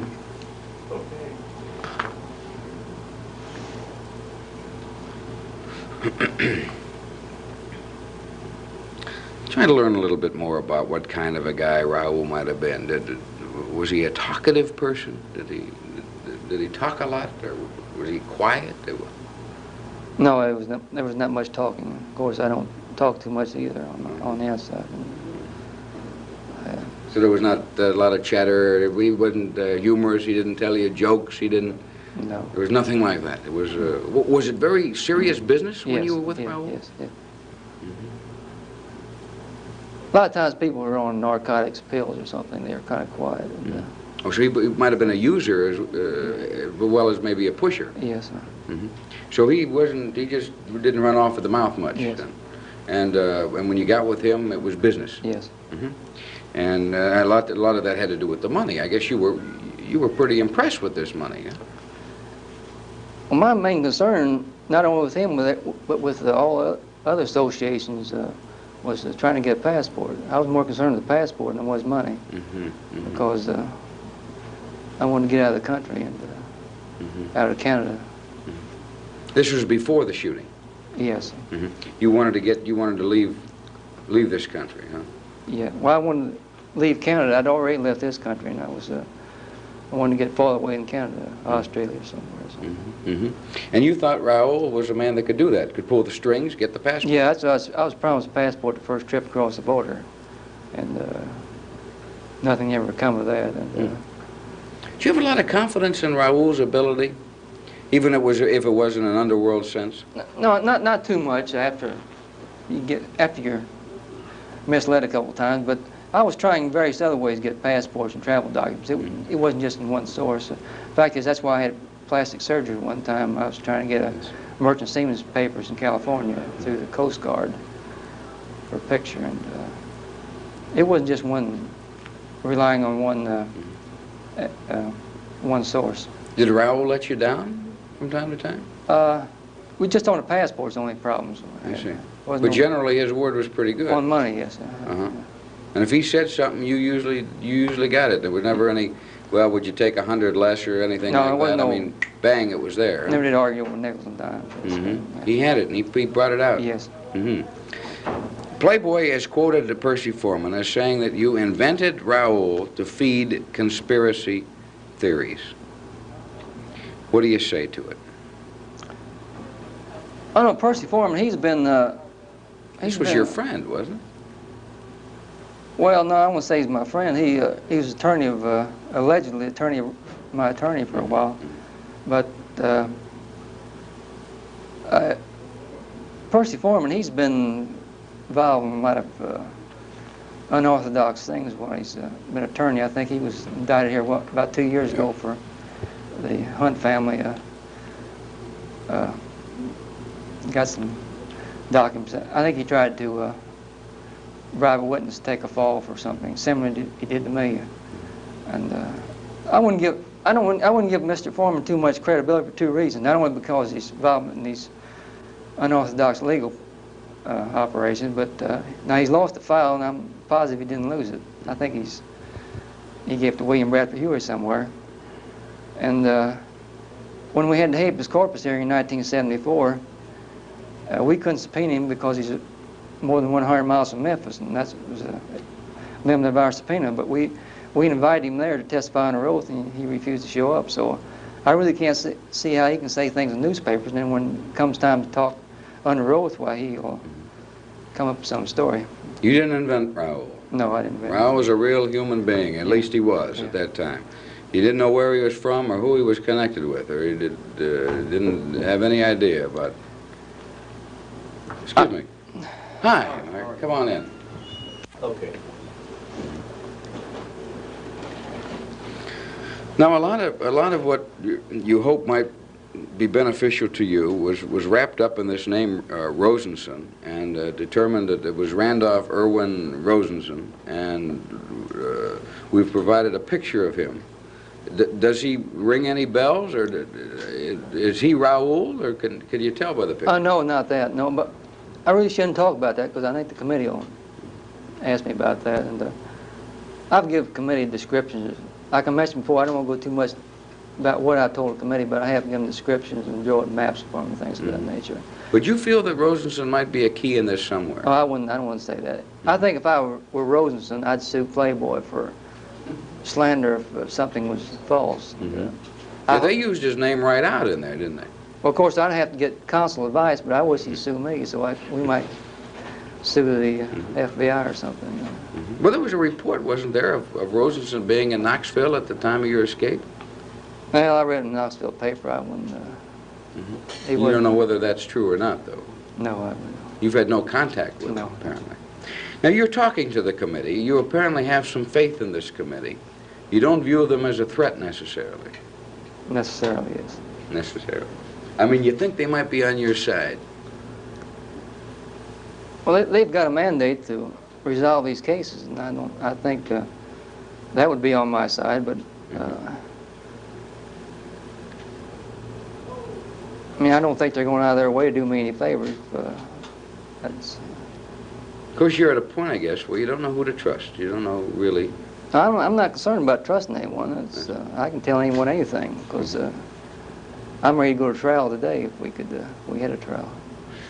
If this committee came in and said, okay, we found Raoul. Here he is. Come look at him. And you say, yeah, that's him. That's the guy that was with me down there. Would you be a state's witness? No, I don't intend to be any state's witness, but see, there's certain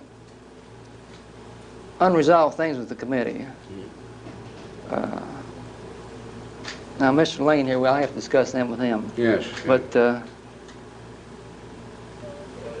personally, I don't want to speak as my own lawyer, but I guess something can be worked out with the committee. But I don't intend to be any state witness, and I don't think anyone can be prosecuted this late date anyway, because the government's done committed their case to the extradition hearing in London. So I don't see how they can switch around now and say it was some other way.